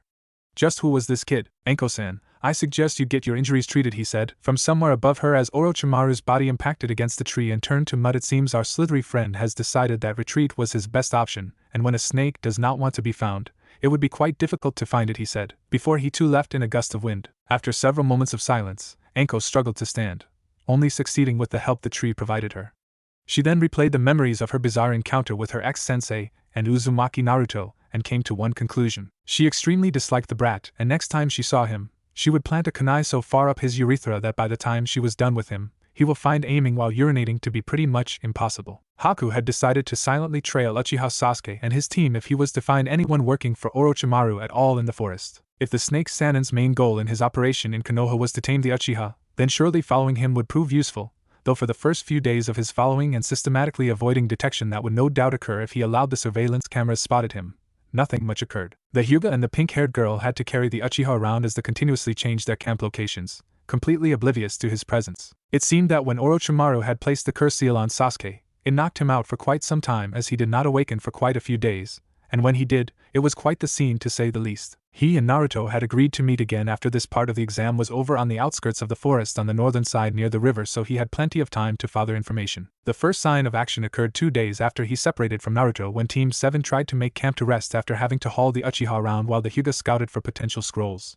Haku was quite relieved that Naruto had taught him about the abilities of the Byakugan and the Sharingan, else he was certain the girl would have spotted him easily with the use of her eyes. The fact was though that Haku continuously stayed out of range of the girl's eyes at all times to avoid detection, which seemed to work as she had made no signs of having spotted him. However, his observations became infinitely more interesting when the team of 2 conscious and 1 unconscious genin were ambushed by a group of sound genin apparently sent to kill Uchiha Sasuke, which Haku found amusing. Honestly, as if the Otokage would allow for his carefully laid out plans to fail because of some genin under his command, he more than likely sent them to test Sasuke out some more, which Haku was more than willing to just observe. At first, the girl from the Oto team attacked seemingly with genjutsu, which the Hyuga easily saw through. However, the pink-haired one was not as lucky as she was caught by the Oto girl by the hair. The Hyuga, however, proved her worth as a shinobi by quickly and easily disabling the Oto genin with spiky hair that tried to blast her before she could get close enough to him with wind blasts from his arms. The Hyuga easily dodged them and disabled his tenketsu in his arms and legs, rendering him useless. However, the Otonin that resembled a mummy was not as easily defeated as he used some weird contraption on his arm to make the Hyuga double over in pain. Interesting. As all hopes seemed lost, however, a strange green-clad boy with a bowl-cut hairstyle rushed into the clearing and kicked away the mummified Oto Genin, while the pink-haired Konoha shinobi freed herself from the hold the sound Genin had on her by cutting her hair and falling free from her grasp. Haku continued to watch with interest as the green-clad boy actually seemed to be demolishing the mummified Genin up until the point where he performed a double-edged sword technique that slammed the both of them into the ground at high velocities, his opponent coming out of his worse for wear. "That's impossible," Haku heard the green kid say, much to his amusement. It was obvious that he had used chakra to cushion his fall so that he wouldn't receive as much damage, but what really piqued his interest was a spike of foul and vile chakra, a chakra that could be recognized as Orochimaru's. The Uchiha boy seemed to be awake as purple chakra swirled around him like a vortex as black markings went up the left side of his body, covering his face and arm. The boy seemed to have a psychotic grin on his face also while feeling said power course through him. Haku thought it prudent to listen into whatever was happening at that time. "This power," Sasuke muttered to himself. "I feel great." "Sasuke-kun, what's wrong?" asked Sakura tentatively, not sure how to process whatever was happening. "Wrong? Wrong? Nothing's wrong.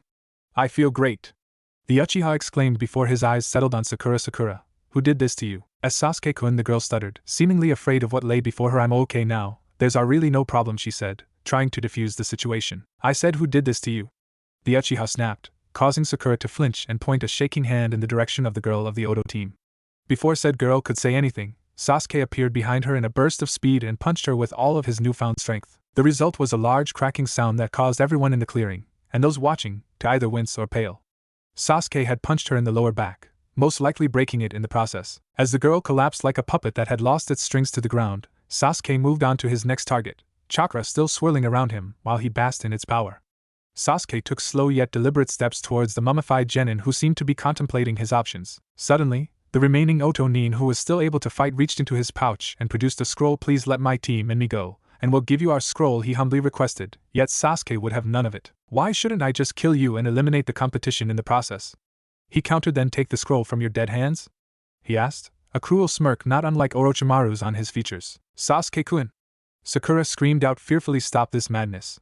she screamed, as if killing in a ninja exam was wrong and he was a monster for killing someone who intended to kill him in the first place. Sasuke and Hanabi, who had recently recovered from Dosa's attack, turned an angry glare at Sakura, causing her to flinch. However, when Sasuke turned back, his prey had already disappeared. Seeing this, Sasuke turned his anger on the next logical target, Sakura. However, before he could charge at her, Hanabi put a hand on his shoulder, causing the Uchiha to glare at her also. It seemed though that the young Hyuga was either used to such glares and leakage of killing intent, or wasn't fazed by the Uchiha at all. "Though I am not quite fond of Haruno-san right now, Uchiha-san," she began, complete with a glare in Sakura's direction. "We unfortunately need her to pass this portion of the exam. Therefore I can't let you kill her, as you will be harming us more than aiding your own sudden need for bloodlust," she finished in a calm yet demanding tone that she probably inherited from her father. Haku watched with interest as the black markings on the Uchiha's body faded away and the purple chakra subsided as the Uchiha nodded in Hanabi's direction. It seemed that the cursed seal had not completely eaten away at his personality, as rational thought was still a possibility for the genin. For the rest of the exam, Haku watched Team 7 try their hardest to pass the exam, only succeeding when an interesting character stepped in to help them. Someone she immediately recognized from Naruto's information, Yakushi Kabuto. The man was known by the two wandering Nukenin to be Orochimaru's right-hand man, yet here he was, with a Konoha forehead protector, impersonating a genin. How could the Hokage let this happen? Haku left the forest when Team 7 made it to their destination, thus passing this part of the Chunin exams, and headed to the place he was supposed to meet Naruto at when his information gathering was complete. Naruto stood in the middle of a demolished clearing, training with one of the futon jutsu he was attempting to create when he picked up Haku's scent heading in his direction. He was earlier than expected, but that just probably meant that Team Uchiha finished before the last day of the second portion of the Chunin exams. Heading over to the campfire in preparation to Haku's arrival, Naruto began to drink some water when the boy appeared before him by rising out of a puddle of water that had mysteriously appeared on the floor of the completely dry campsite. They were in the land of fire after all. Rain was not too common. "Salutations, Haku-san. I trust your information gathering was eventful?" asked Naruto, after taking another sip of water from his water bottle. Haku just eyed him shrewdly. Naruto looked tired and worn out, which was completely a surprise seeing as even after rigorous training exercises he would never look this worn out. Seeing the question in Haku's eyes when he removed the white mask he still opted to wear, Naruto elaborated. "I was creating a new difficult technique," Naruto elaborated. Without too little or too much information at all, Orochimaru was not a problem in the slightest. He did get away though, he finished. Haku sighed before reporting everything he saw in the forest to Naruto, who seemed to be listening intently. It seems Uchiha-san has a better control of the curse seal than the other test subjects are recorded to have.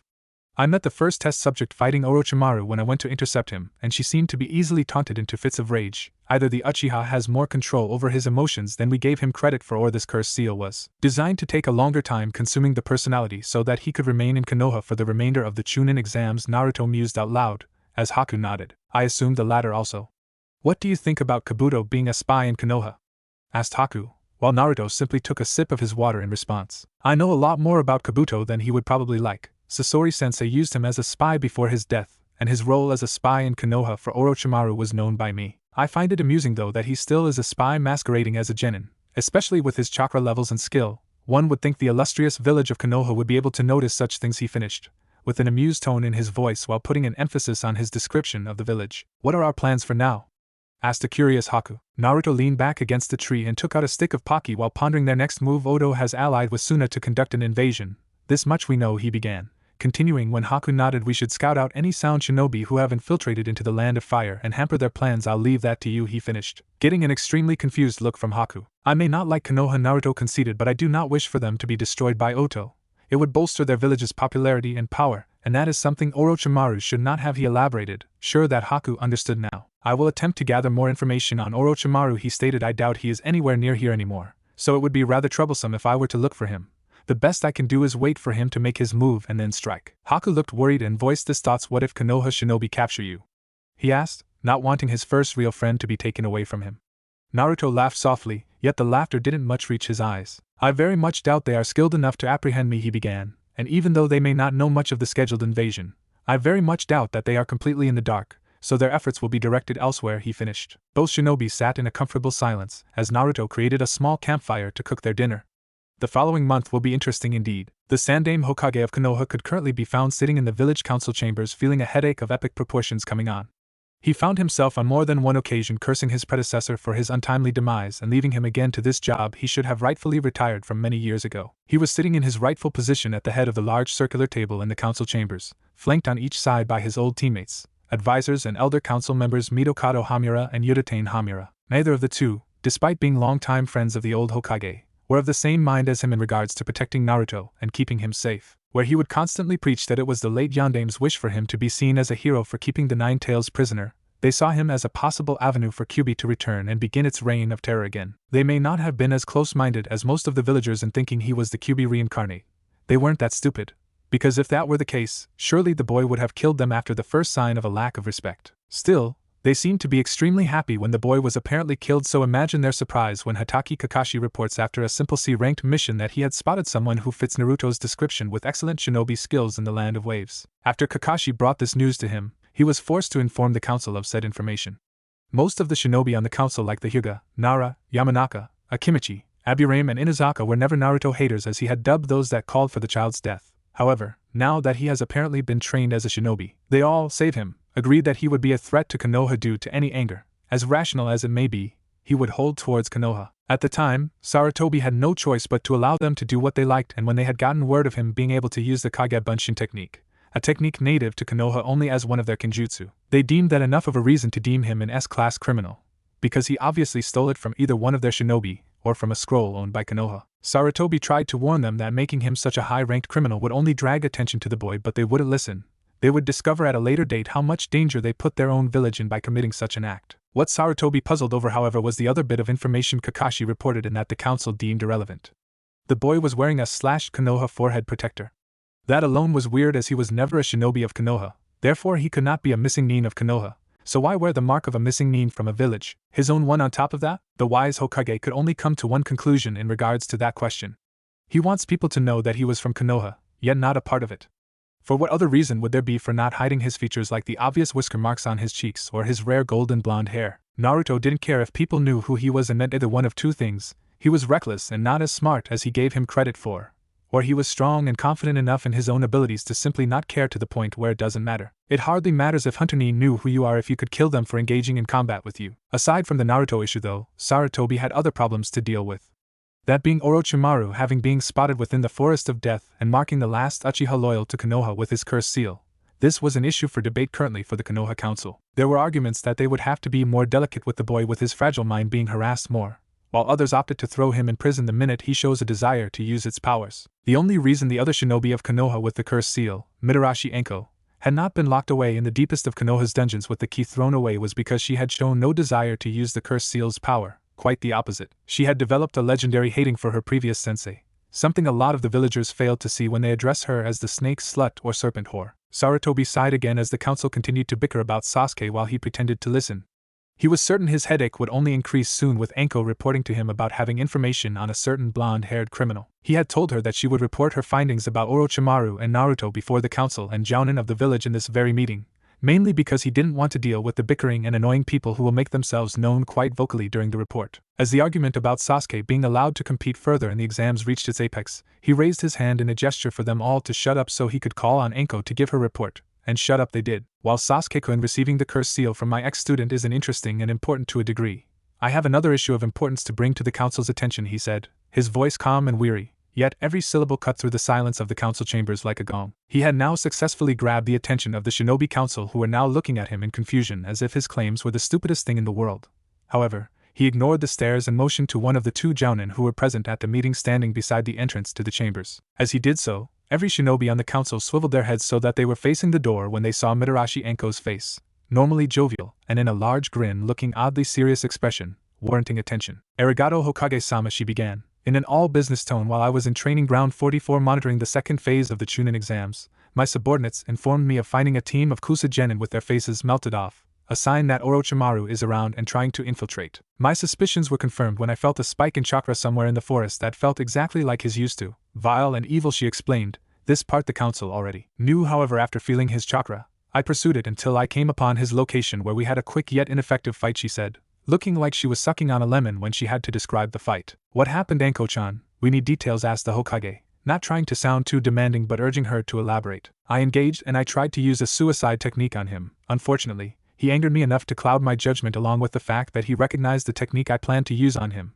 for he was the one who taught it to me, she said, getting shocked looks from the other jounin in the room as well as many of the council members who doubted her allegiance to the leaf after her sensei turned traitor. After interrupting the jutsu, he proceeded to torture me through the cursed seal, and when he did so, I couldn't move. The pain was unlike anything I've ever felt before. It felt like my skull and brain were being crushed under an enormous pressure, and that there was acid instead of blood running through my veins, she explained, getting winces of sympathy from some of the people in the room. How did you get out of that situation, Enko-san? Surely Orochimaru wouldn't have just let you escape? Asked Hamura, snidely, still not believing her story 100%. Enko sighed, knowing that her answer would cause chaos but continued anyway. Somebody else happened on the scene and proceeded to fight with Orochimaru, she said, hoping they wouldn't ask who. That was not to be the case, however, and it shall be known that Mitarashi Enko had her ass saved by a child who arrived. Surely no genin could hold off Orochimaru for long, and Uchiha Sasuke had already received the curse seal by this time, commented Koharu, getting a snort out of Enko, which made the two elder advisors glare at her. Something funny, Mitarashi-san? You actually think the Uchiha would have been a match for Orochimaru? She asked, with humor as that ever-present grin returned to her face. No, the person who fought with Orochimaru was much more capable and powerful, she answered. This caused the two elder advisors along with Danzo, the head of a separate branch of ANBU, who also sat in on the council meeting along with any other Uchiha supporter, to frown in concern and annoyance. Are you implying that there is a genin in the Chunin exams more powerful, yet alone, much more powerful than Uchiha Sasuke? Asked Koharu, attempted to be intimidating. However, the old woman had no effect on Enko, especially when one had Orochimaru as a sensei. Pfft. No, this person was no genin. This person wasn't even a part of the Chunin exam, she said, earning more curious glances. The person that happened on the scene and proceeded to fight Orochimaru was Uzumaki Naruto. There, she said it, and she got the exact result she assumed she would get. Chaos. Danzo, Koharu and Hamura all shouted objections and insults at both Enko and the Hokage, while the other council members looked around in shock, worry and concern. If the vessel of the Kyuubi no Kitsune could take on Orochimaru, the demon must be taking over, was the general consensus of everyone in the room. Sarutobi knew, he just knew, his headache was going to get worse in this meeting enough. He barked, his usual calm demeanor absent in favor for silencing the room to ease his throbbing headache. He really was too old for this shit. Please continue, Enko-chan. What happened next? Enko seemed to be deliberating mentally whether she should actually answer the question, it seemed, and when the Hokage was going to call her on it, she began to speak. It was weird and oddly familiar at the same time. It's hard to explain, she said, gaining the interest of everyone in the room. Firstly, he was able to land a sneak attack on Orochimaru in the first place, actually hurting him and stopping him from continuing the torture, which is a surprise on his own because anyone who has ever worked or trained with the man would know that that's an impressive feat on its own. The man is almost impossible to sneak up on, she said, getting nods from the 3 elderly members of the council, one the man's sensei and his sensei's teammates. The following 10 minutes was utterly strange yet very informative at the same time, she said. Seemingly lost in thought, Orochimaru began his usually routine when he engages an enemy. Taunting, she began. The man will always taunt his opponents to get them angry so that their fighting abilities will decrease before he begins his attack hard and fast. She explained from memory, but when he tried that with Uzumaki, he was unsuccessful to say the least. This got the attention of everyone in the room, Anko though. But she hid a smirk at what the rest of her report would do to them once they heard not 1 ounce of killing intent, or the slightest change in posture to any of the words Orochimaru said to him. And considering what he was saying, it seemed like an impressive feat, she began, pausing to let them absorb that information. Orochimaru taunted Uzumaki about how he had killed Uzumaki's sensei and about Uzumaki wanting revenge, she said, officially now gaining her Hokage's attention, and the sensei he mentioned killing was someone named Sasori. Though I'm not sure who that is, even though I know the name rings a bell. They were interrupted when someone in the council room gasped softly. Everyone turned their heads in the direction of the sound to see none other than Danzo looking incredulously at Anko before turning to the Sandame. You said that Uzumaki was seen using puppets as a technique in the Land of Waves? Asked Danzo as Sarutobi immediately picked up on where his old rival was going with this. Akasuna knows Sasori, Sarutobi said, much to everyone's surprise. A missing nin from Sunagekure knows Sato, and also a master of the puppet technique, he said, explaining if he was Naruto's sensei ever since the boy disappeared, he would no doubt be strong in that field. Eerily so, he said, sounding grave, before they were interrupted by Anko clearing her throat to get their attention. That's nice and all, she said, sounding completely uninterested, but Uzumaki didn't even use any puppets to defeat Orochimaru, she said, once again, shocking everyone in the room. Anyway, after his unsuccessful attempt to goad Uzumaki, the boy in response simply took out a stick of Pocky and ate it pretty much in his face, she said, getting an incredulous look from everyone in the room now at the proclamation. The reason why the situation was so bizarre was because had I not known the boy was Uzumaki in the first place, I would have sworn that it was Uchiha Itachi from before he turned traitor. His voice, the lack of emotion, the Pocky obsession, yet at the same time, annoyingly polite and well annoying, she said. Sarutobi seemed amused at how Anko too seemed annoyed.